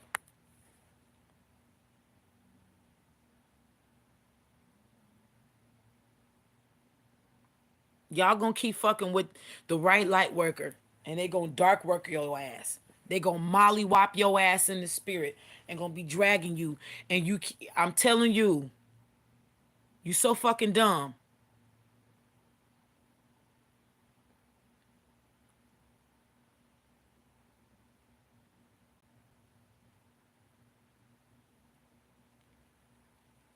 Gonna have your ass laying like a sack of potatoes, and then when you can't get up, oh help me. No, bitch, lay down. You keep coming for people. Stop that. But I got something better for you, actually. I got something better for you. I'm roguing this bitch. For everybody that keep coming for me, your powers are mine. That's a non-reversible fact. You're gonna be one day. You're gonna be try to do your little witchery. Ain't nothing gonna come out, huh? Oh, what? My powers, my power, and I'm gonna wake up strong as fuck. They're mine.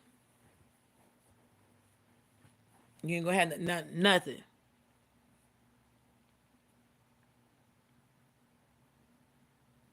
And for every time you come for me and my kids, your breath gonna stink. Your body odor gonna go up. You ain't gonna be able to get rid of it. Every time you come for me and mine. And that's a non-reversible fact.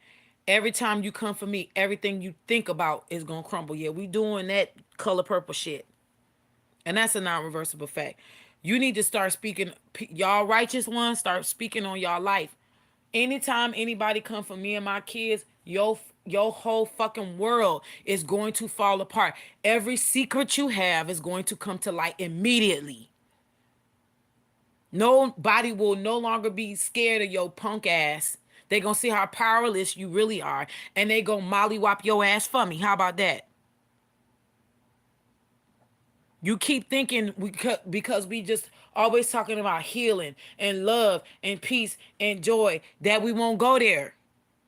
I sometimes I be wanting to put them. I don't even want to put gloves on. I just be sometimes I be thinking like if I see some of these motherfuckers in person, I'm gonna really hurt you. I be wanting to just. I be so glad because I'm telling you, I'm not that girl. Y'all keep just thinking I'm just this nice person until you fucking cross me. I have a right to defend myself and my children. You don't have a right to sit there and keep fucking with people and thinking that they're not gonna get you. I know I know some of the people who was responsible for me being gang stalked. They in the music industry. I know who they are. You don't think I don't know? I know. I hope they know I know now. That smelly bitch and that raggedy Negro. I know exactly who's been responsible for the lies, casting the spell work.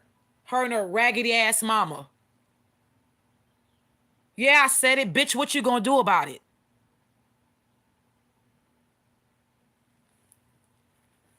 Yeah, I'm saying all of that. I'm saying it all. The fuck you want? Yeah, I'm talking that shit. You be surprised how people will come for you. Come for you for what? I'm speaking my truth. I got the right to speak my truth.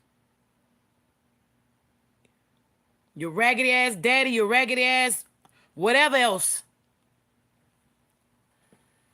But every time you done came for me, it's gonna be way worse for you. It is way worse for you. People people thinking they holding it all together because trust me, they going through hell. Every time somebody put somebody righteous through something that they had no business putting them through, I'm not paying no more debts that ain't for me. I release myself from that shit. Fuck you and everything you care for, bitch. And I mean that. Everything in your life gonna motherfucking crumble. Period. That's how you gotta tell. And that ain't going nowhere. You, your kids, and all them motherfuckers gonna feel it. Till somebody spring up that's gonna have some kind of love to break that shit off. Now, because people have been putting shit on me that should have never been put on me. I had this side and this side to break. And people are angry and upset because they can't body swap with you or they can't destiny swap with you. So what they gonna do is put all this shit on you. And sometimes it make me wonder, why did y'all let this happen? Why did y'all let these people do this shit to me? But whatever divine plan this is, outside of my comprehension, I don't know. But all I know is that I'm here and you should have never fucked with me. How about that? You should not have ever messed with me. Do you think I'm going to show you mercy?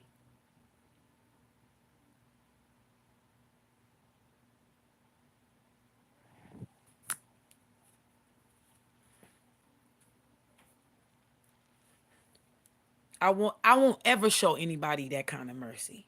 You don't deserve my fucking mercy. You don't deserve any kind of mercy from me. You don't deserve none of that shit from me. What you do deserve is a fucking body bag, bitch. All them people you didn't put underneath the ground behind jealousy. Yeah. You deserve that and much more. You deserve, matter of fact, that you gonna be wishing for death. Like the Bible say, and them last days, them people gonna be going through so much shit. They're gonna be wishing for the rocks to fall on them and kill them. They're gonna be looking for death, and death is going to be running from them because of all of the stuff that they're going to be going through. They're not ready to go through public humiliation for fucking with you. But guess what? They are going to go through it. It's something that they cannot run from. You can get on your ugly ass yacht as much as you want and thinking, because yeah, nah, bitch, you gonna feel this shit. Everything you work for is getting ready to crumble. And everybody you done utilized against me is gonna feel that shit too, because they had no business working with your ass to hurt me. And that goes for everybody who's been righteous. Y'all gotta understand the way that I'm talking right now, it ain't just for me. Y'all have to understand some things that I have found out, even in my own life. I have to stand as a vengeance. I'm something that was put on this earth as justice on behalf of those who are righteous and just. I didn't make this. You understand? This is just what it is. I have to stand in the gap, not just for myself. Do you know there's times where when I get the revelation of somebody doing something, and this person could be well known, and I'll see this being done to me, and then I'm literally given a fork in the road. And then sometimes I gotta pick to be vicious because I start to realize if they did this to me, it wasn't just me that they did it to. Sometimes y'all gotta listen. Sometimes y'all do have to choose forgiveness in a way where y'all gotta release this shit and just let it fall the way it's gonna fall. But then there's times where you gotta call that person. They gotta suffer for the fuck shit they did to you because it wasn't just about you. Some of these people have been coming for folks that don't deserve nothing. Man, y'all, we got people in the grave who shouldn't even be in the grave right now. Some of y'all don't believe in untimely death, but that shit is real. There are people on this earth who felt like well, I'm over your life, or you're gonna make me your God. Thinking they can pluck people's flowers, thinking that they God, bro. Do you understand what I'm trying to tell y'all? You got people who think that they are God, that they can cut somebody's life short and not be in trouble for it. We got bitches killing off side chicks. Okay, I'm telling y'all, listen to me. We got bitches out here killing off women because that man don't love them the way that she see that sparkle in his eyes when he talk about her. But yet they in an open marriage. Come on, my nigga. Like, I'm trying to tell you. You think I'm gonna let that shit slide? Nah. I don't give a fuck who you are. I'm trying to tell y'all right now. This kind of stuff, y'all have no idea. I can sit there and be forgiven when shit is done to me. But to know that you out here hurting babies, you out here hurting innocent people,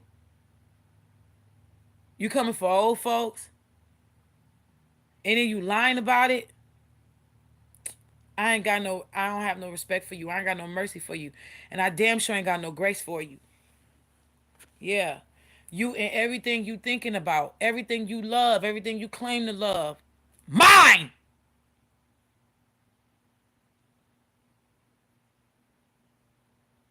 And I'm the type of person, God give me that. I'm Robin Hood in this motherfucker. I'm about to be, it's Christmas for everybody. You homeless, you get a house. You get a house, you get a house. You get a job, you get a job. You get a job, you get an upgrade. You get an upgrade. The fuck?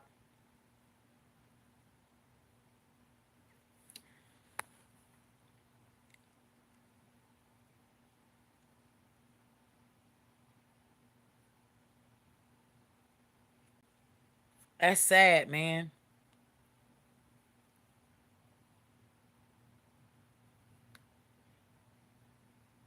And some of these women out here is worse than these niggas, bro. I'm gonna be real with you. A lot of these men, they narcissistic until they meet a woman who's narcissistic. Then it's on and popping. Then they really start to see, oh man, I thought I had it all figured. No, bitch, you ain't had nothing figured out. She about to eat your ass, a real man eating asshole. Straight up. And she about to work that ass. You hear me? She about to work you like a motherfucking treadmill, and you ain't even ready for the shit that woman's gonna put you through. Of course, anytime you dealing with a narcissist and you leave them, they're gonna always try to replace you. They're gonna always know that they can't replace you. And though their last resort is to come back crawling to you, because that's a bruise to their ego. Their narcissism is gonna pad themselves in a way to say, yeah, you just gotta make her believe that she needs you. They be banking on you not healing yourself. You hear what I'm telling you? They bank on you not, man, nigga, if she heal, you ain't got no way back in there. I'm telling you. That's how they prepare themselves. You got narcs who are just plain and out there. They don't care who see. Then you got smart narcs. Those be the covert motherfuckers. They have a plan A, B, C, D, E, F, G, and when they exhaust all that shit, and they know they can't live without you, because a lot of the times when they find that perfect match of a supply, that's the ones. Let me tell you, that's the ones that would treated them, that was unconditionally loving them until they got tired and they had enough. When they lose that one and they know that that person can't be replaced, oh yeah, it's on and popping in. They go through all this shit and then it's like, oh man, I'm gonna have to go back to her. I'm gonna have to go back to him. How am I gonna do this? And then so they look you up on the social media. Ah, okay. This picture look like, okay. Let me see. Let me see. Let me try to find a video so I can see how she talking to. Let me see how if I can find a video to see how he talking. Cause if he healed, I can't get back in that motherfucker. If she healed, I can't get back in that bitch.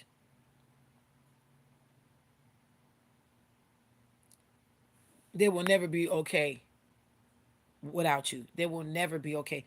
Cause you moving on and you detaching yourself from them is always going to remind them how good they had it and how good they didn't treat it. And so your absence will always be their torture. They treated you like shit when they had you, but they need you when you're gone.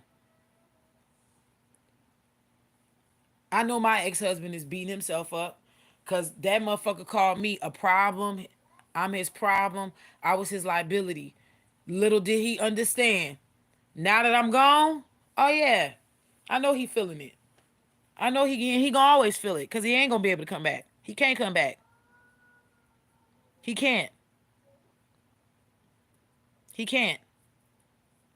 I'm the forever person you can't replace. You wish you would have treated better.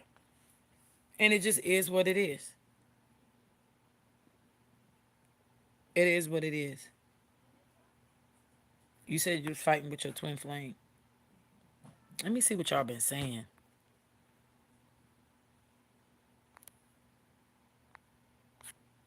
Yeah, somebody said life is too short to be staying in a miserable marriage. You're right. I'm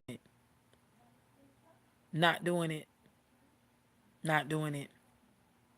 We're not doing it.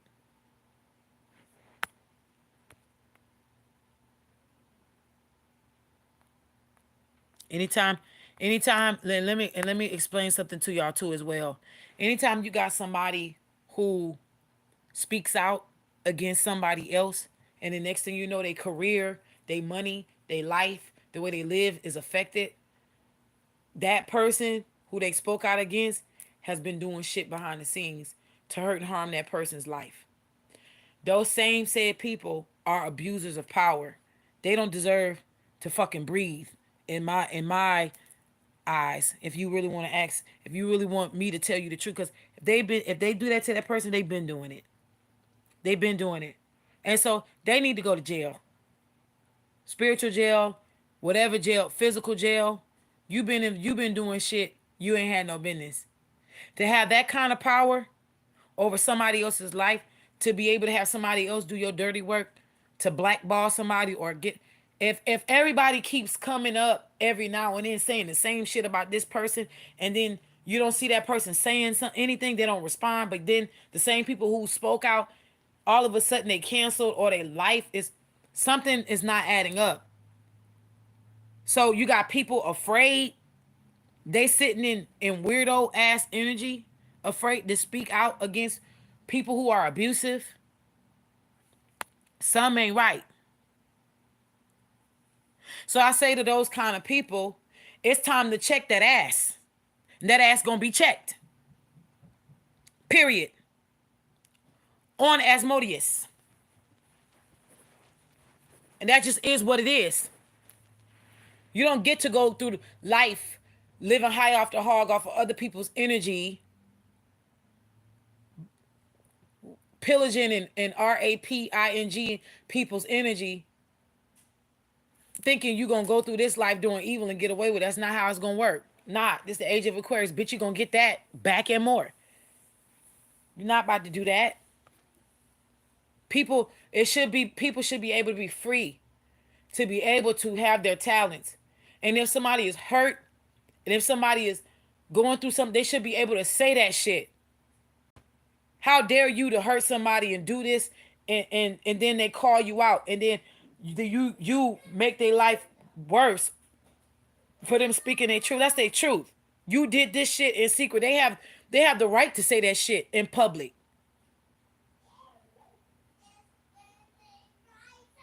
The fuck is wrong with these people? Say you have unconditional love to your narcissist husband. Now he got 3 sides and living with his friend and his girl. Paula, let me tell you something about narcs. Narcs will always have a hard time living on their own, even if they can afford to live on their own. A lot of the times, if a narc is living on their own, it's because they have trained themselves to be financially ahead.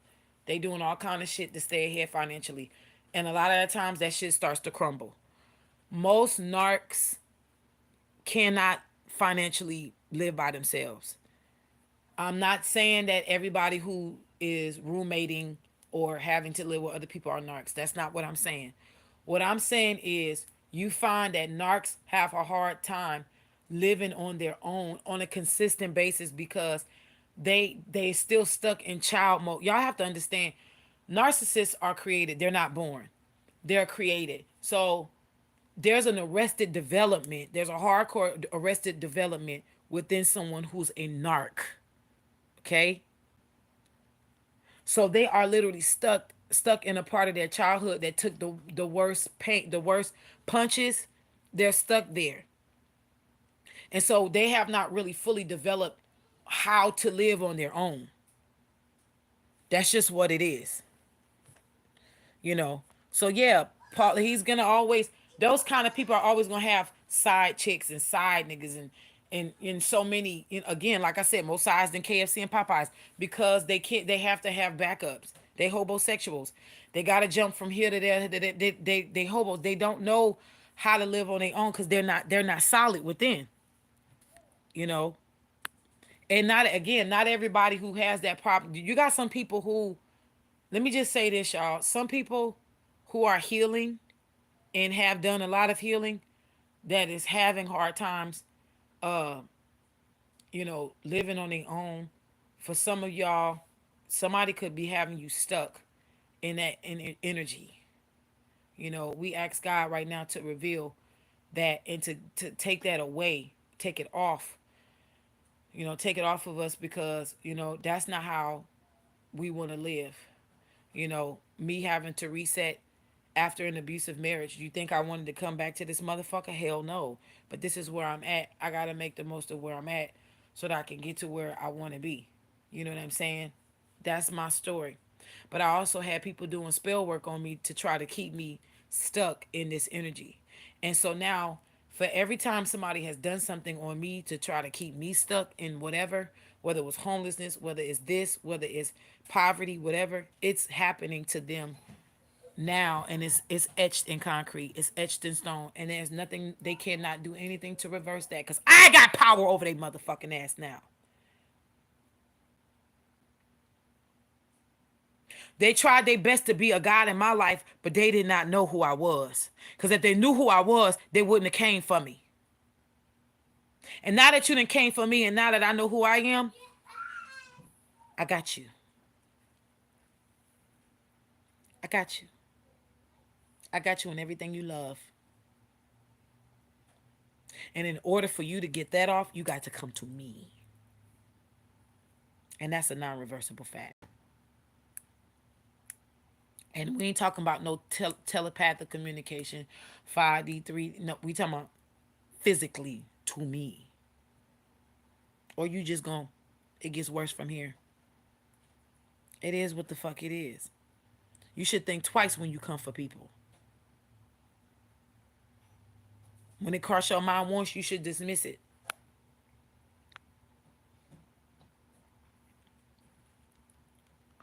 You say you watch your dad be miserable until 75, and when he left, he was miserable and broke, leaving his karmic. Baby, let them people stay.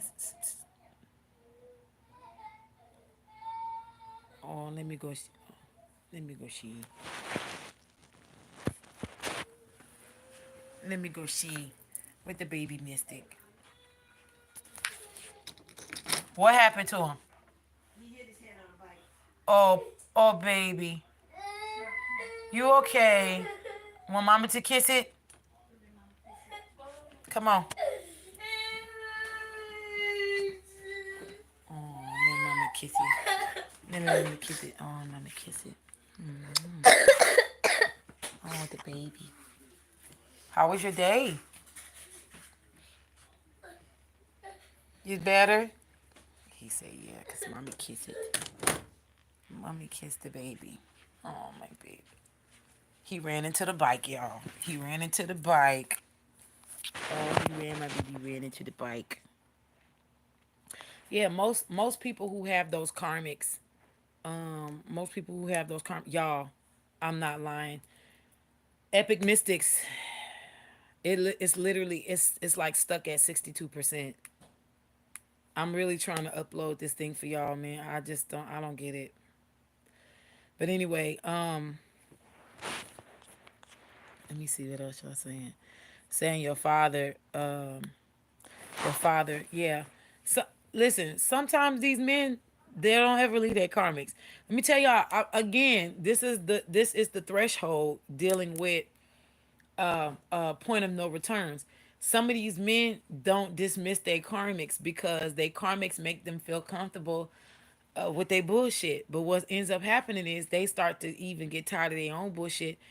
And by that time, like you said, in old age, 75, they let go. But then it's too, like, nah. Listen, some men are bound to these women because of the you kept choosing these bitches over, you know. It's strange, but it's strange, but you have no idea. You have no. God is, there's some things that's being allowed for the sake of these men having to learn, what karma really is. And some of these men's karma is to watch you. Some of these men's karma is to watch you move on to better. And better may not always necessarily mean another person, and that goes the same for these divine masculines dealing with these karmic whores.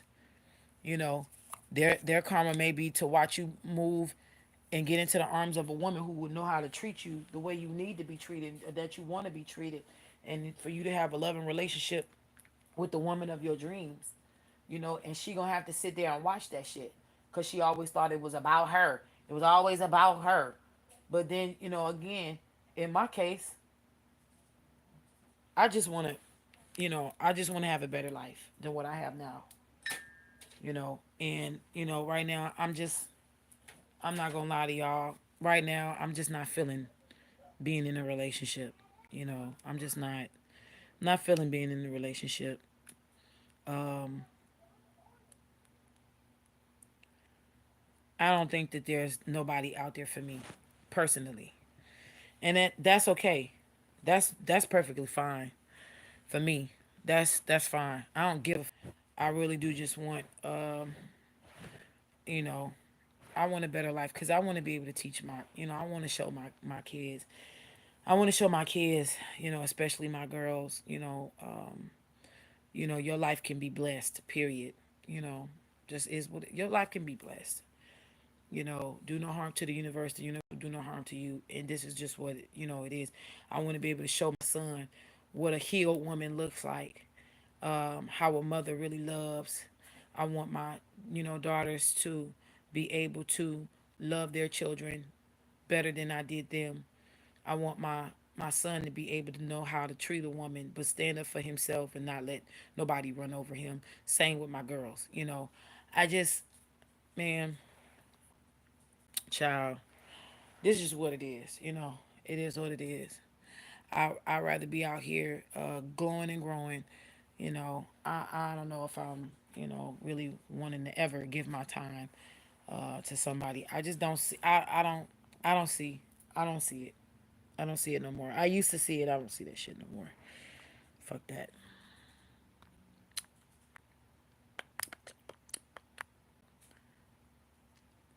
Codependency.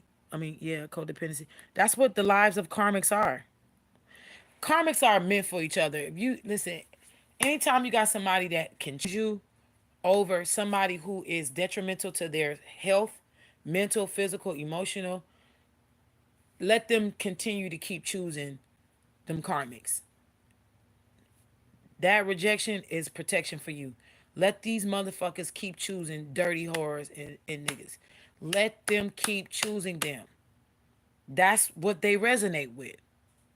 You don't want them to bring that ugly energy into your life, do you? So let them keep picking people over you. That's okay. They're not healed. It was 30. It was 43-34. That's 7-7. That may mean something to somebody. Yeah, so, I child, let me tell you something. Relationship shit. That ain't all what it's cracked up to be.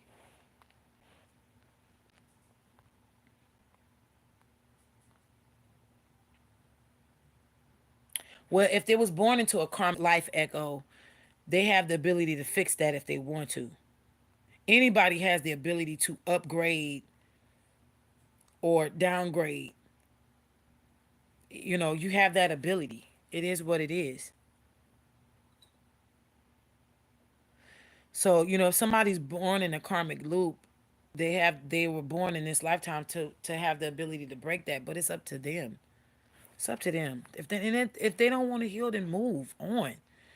And again, like I said in many other videos, this whole twin flame karmic shit is getting on my fucking nerves. It's funny I said 43-34 and I put in 43-34 angel number, right? Because that's 7-7. 4 plus 3 is 7. 3 plus 4 is 7. The first thing that pops up is twin flame. See, that's how I know. 43-34, it talks about when your twin flame arrives, you will experience a love like unlike any other. So for some of y'all, y'all twin flames is getting ready to come in. I guess that's what it means for some of y'all. Your twin flame. So for some of y'all a healed twin flame, honey. 43-34, you will experience a love unlike any other. So that's for somebody out there. For some of you, it's have the courage to overcome obstacles that you may encounter. Keep calm when dealing with them. Be sure the angels are on your side, offering help. Suggest that you get support on the path you are following. Okay, I'll take that one for me. Let me see what else it says. Relying on the influence of the celestial to build a solid foundation. I'll take that one. How about that? But that y'all can have that twin flame shit. I don't even know. I don't really subscribe to it anymore. Dealing with what I've dealt with, nah, I'm good.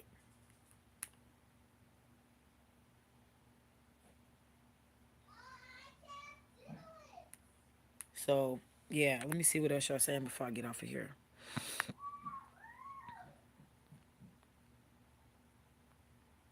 Instead of healing that, they find a little group called Elemental Peas that tell them they're okay. I cannot with you, Echo. Oh my God, I caught this live. And y'all talking about, yep.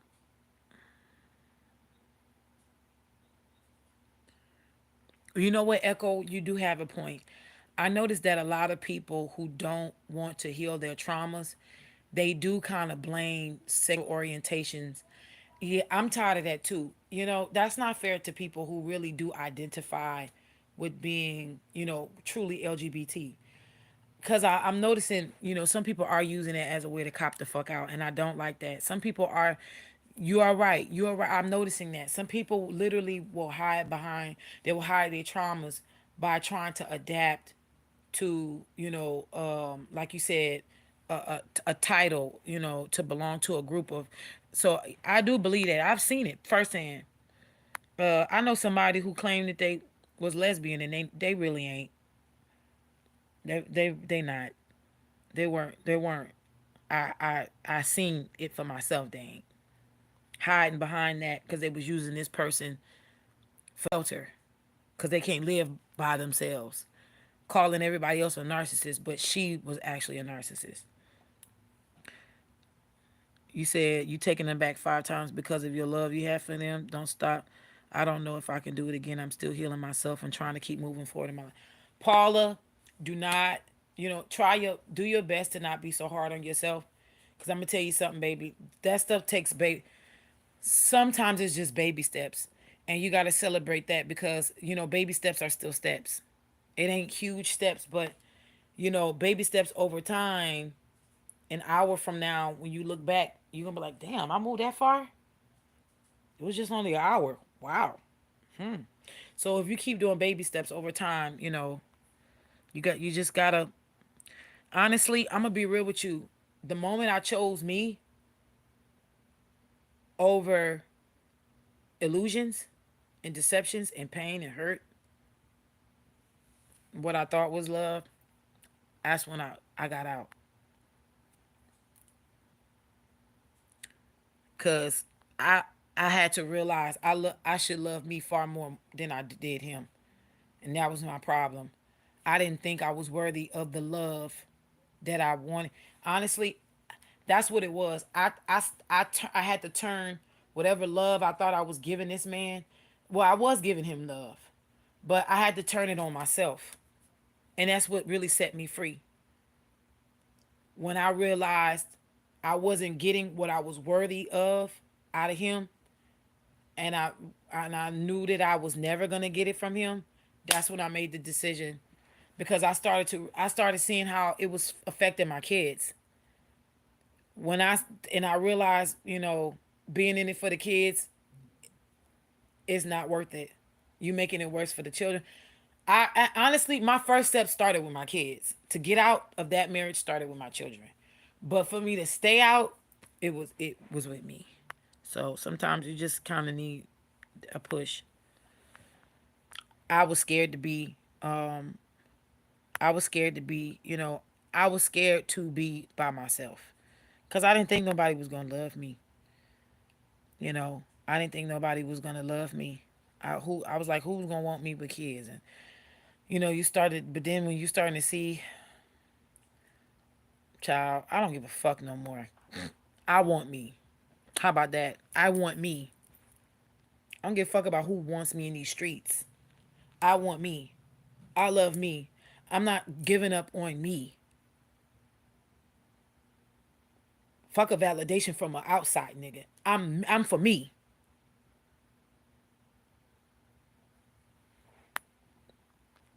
Paula, don't worry about crying, honey. Cry as much as you want to, honey. This is your part, and you can cry if you want to, cause somebody else will cry too if it happened to them. Trust me. Cry as much as you want to. Get it all out. Don't hold. Try your best not to hold it in, honey.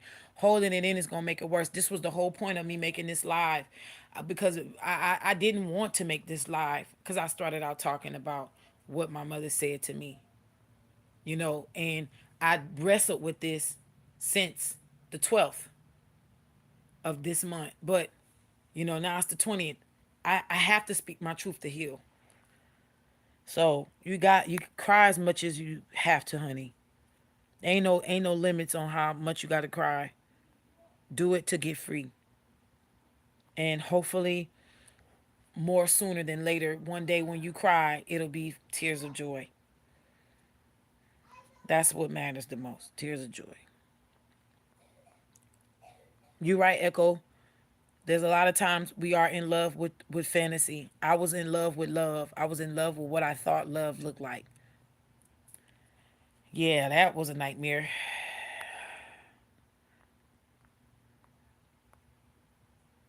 You're right, Echo. It's a fantasy. It's a fantasy. Oh, Dana, he's okay. I kissed his little bobo. He was running too fast and ran into the little bike, the handle on the bike. He's good. He had Echo, like he said, strengthening their lungs. Oh, he's a trooper. I kissed it. He felt better. Now he's still running around playing now. Yep. Some people are lessons and some people are blessings.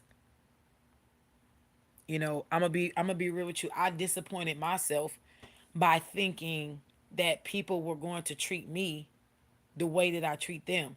And that ain't true. And I'm gonna be real. Some people ain't built to be you. You know what I mean? Some people ain't built to be you. Some people ain't built to think like you and love like you.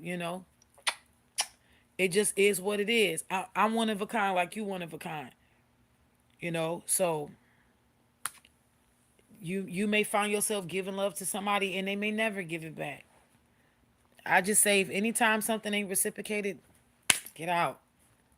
Get out. You ain't, I honestly was convinced that one time in my life I was just put on this earth to just love and not get it back. Like I used to be hanging my head, like crying on the inside, like, damn, God, you created me to just take all this fucking pain and that's it. Damn, like I ain't gonna, I would think like, I used to think like that, like, wow, that's all I'm just supposed to just help people and not receive. Like, bro, that's fucked up. But I guess, I'm gonna just keep going till it's my time to go home. And sometimes I have to fight against I sometimes I still have to fight against that mentality because growing up with a single parent mother who was always in the church, I found myself in church every fucking day. They train you to be selfless and give of yourself. But yet, I found my mama in ministry always giving to other people but never pointing to her kids. And I was like, I'll be damned. I found myself doing that shit when my kids was little. And one day I woke up like, I'm breaking this religious shit. Breaking that shit all the way up. No, we ain't doing that. Nope. Pouring into my house first. Nope. Nope. Whatever's running out of the cup, that's for everybody else. But what's in my cup is for me. Fuck that. I'ma pour into my babies and I'ma start with Judea and then, Samaria and then the outermost parts. We not doing that shit.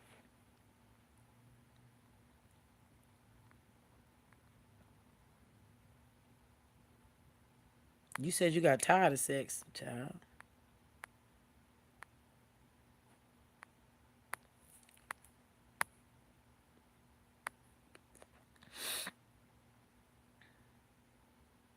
You see.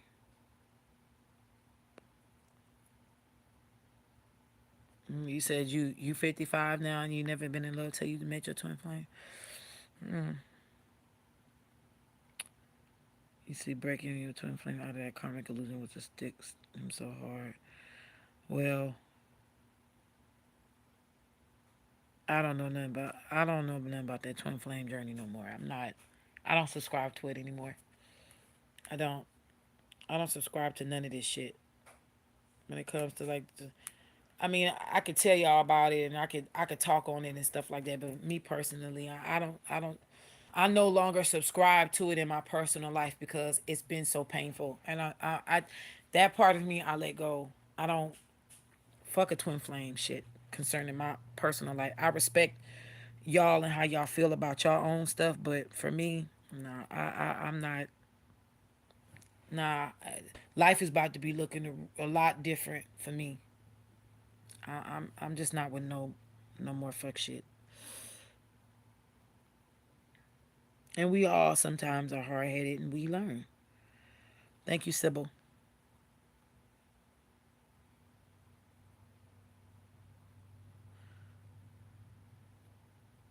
You said you don't want to give up on love, but you think. Well, I'm gonna say it like this. I love myself. I love my children. I love the world. I love the earth. I love the ground. I love the grass. I love the sky. I love birds. I love trees. Hell, I mean, I love people.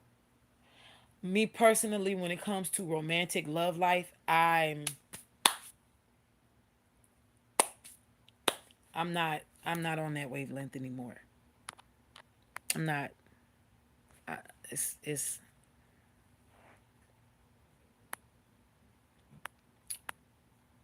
That's not something I want anymore.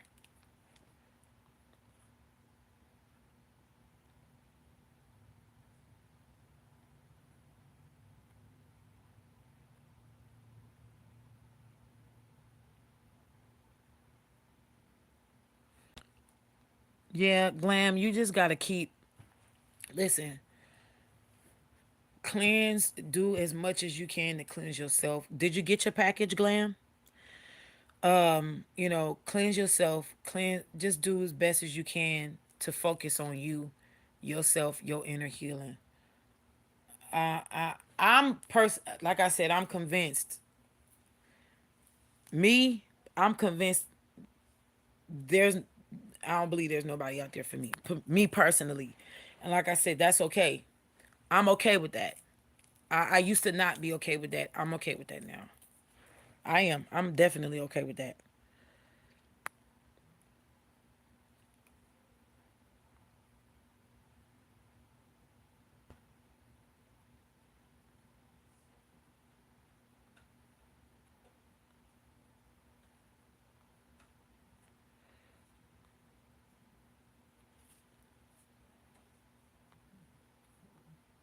I don't think and you know what, I am Glammo. I don't think it's wrong for somebody to say they no longer want to be in a relationship anymore. Sometimes people just get tired. Sometimes people get tired. Sometimes people just tired, man. You look around at this life and this time some of this shit is tiring. And the fact that a lot of these karmics, they be so busy with looking at your life and don't want you to have nobody in. You got past ex-lovers who be doing spell work on you because they don't want you to move on from them. And they just like it's just like it's like y'all really just don't want people to be that happy. Y'all can have this shit. You know what I'm saying? Y'all can have all of this shit. If that's the case, y'all can have this. But they can't have it because they're not worthy of it. They didn't do the work that you did to get where you are. But yet they not happy in their own life, so they just gonna keep trying to fuck your shit up. And it's like, if that's the case, man, people do this shit, then what do you want me to do? But then you look at it like this, if God cares about you this much, because I gotta give y'all both ends of the spectrum. Some people will be like, okay, God, you just gonna keep letting these people do it. Wow, like just how you care. Then you got, you have to do your best to try to shift, your thinking to say, okay, you know what, God sees all. Just like God sees my tears and my hurt and my pain, they see who's causing my hurt and my pain. And if you just kind of, I'm gonna be real with y'all. You gotta tell God to prove it. That sounds. Some people may, oh well, grandma and them, they told us to never question God. Bitch, you wanna answer? You better have a question.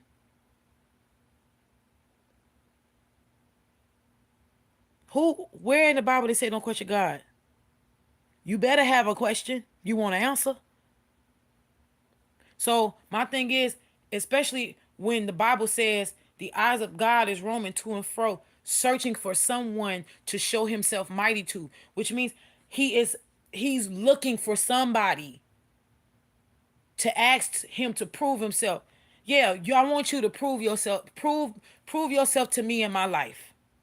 You care that much? Stop this shit. There ain't nothing wrong with you saying that.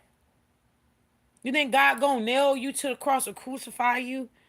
If you say, God, I'm having a hard time seeing you work in my life right now, I need you to prove that not only that you are real, but that you love me. Stop this. I don't know how to come up against this. I got all these people coming up against me. Stop it. Keep me from this stuff.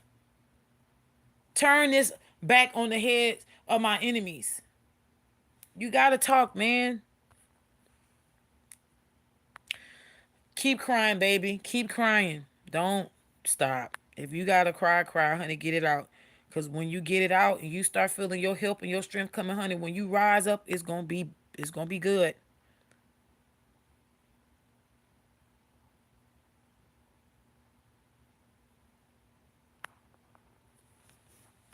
Dana, no, she doesn't. My mom does not want me to heal because she don't want to heal. She don't want herself to heal, but I have to heal for me. I have to heal for my kids and my kids' kids and my kids' kids. I have to. So I'm an enemy right now of my own family, and that's okay. It hurts, but it's okay. My daddy's dead. He didn't care. She alive. She don't care. I'm motherless and fatherless right now out here in these streets, and it's all right. It hurts. It's all right. I did tell y'all a couple of lives ago when I said rejection, bring it on.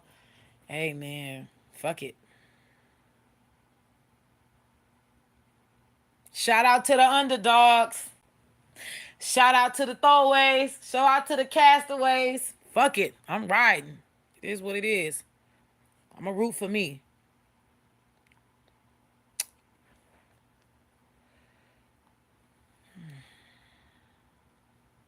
Well, I want a mother's love I never had either, too, Glam, but I don't think that that's ever going to be possible in this life. So I got a mother myself, bro.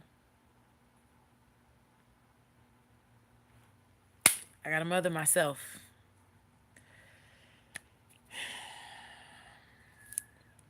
It's hard work, but it's possible. I can't.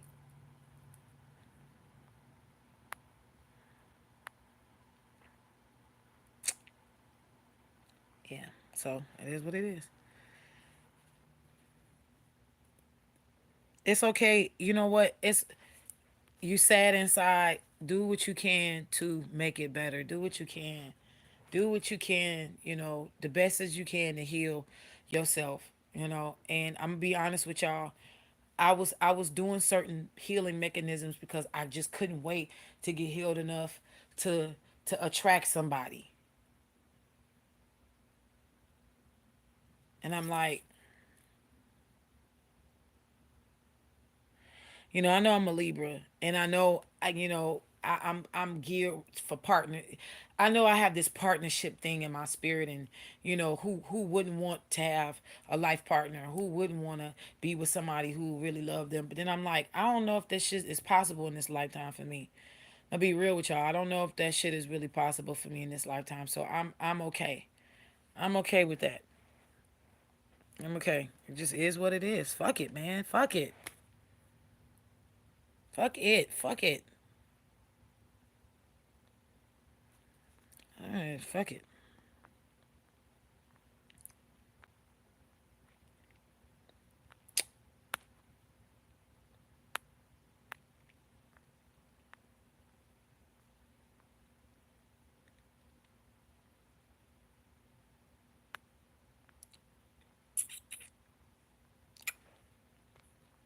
About to get off here. Okay, so you haven't got your package yet? No worries. It's getting to you. And it had to go overseas, so it's gonna take a minute, but you're gonna get it.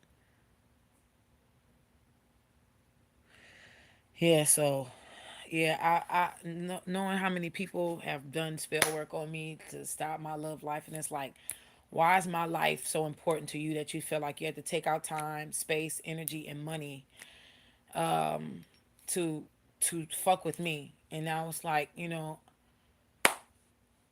your life is going to fall apart. But at the same time, it's like, y'all ain't got to worry about me getting nobody. I don't want nobody. I'm that part of myself is over with. I'm not. I'm no longer wanting. no longer wanting someone. So at that point, it's this pointless at this point. Fuck it. When I see all this other fuck nigga, when I see all this shit walking around here, I'd rather be by myself.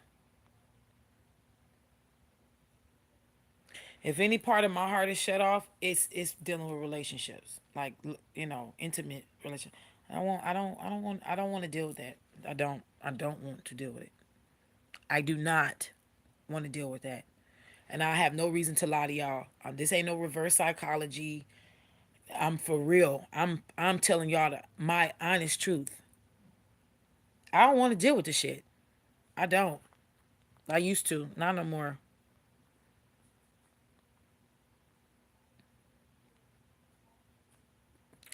You said if I have a twin flame out there and they're stuck in a pile of narcissists, which they probably are, don't leave them there alone. Deuces! They gonna be left there. This not my responsibility to pull the motherfuckers out. You got yourself in there, get yourself the fuck out. Twin flame or not. You wanna be in that shit. May the Lord keep you. Boom. Deuces. Hell nah. Mm-mm.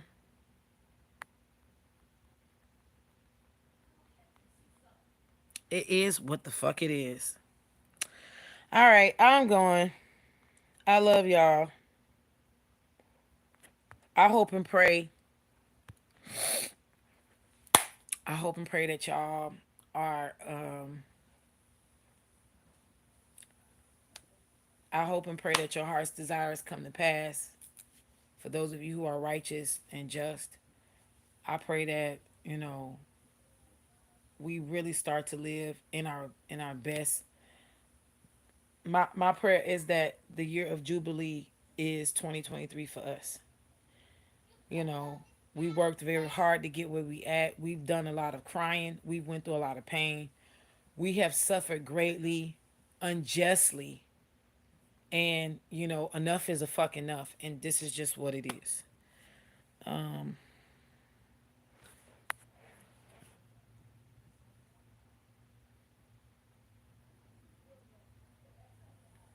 may we all continue to keep healing.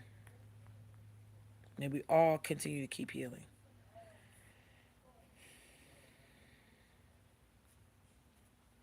All right. I love y'all. Thank y'all and thank you anybody to for any donations. And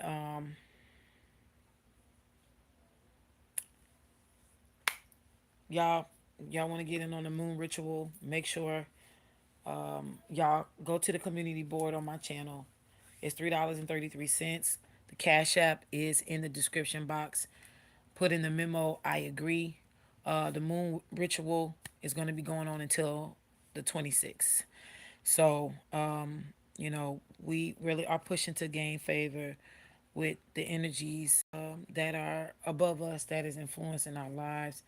And so we are, grateful and thankful for this energy. I really do pray for y'all, for the healing of us and the collective, and that we continue to become even the more immune, day by day, minute by minute, second by second, hour by hour, immune to a lot of the things that is being thrown our way, especially when it comes to spell work and stuff like that. That's harmful, because it's not fair. It's just not fair. It's not fair.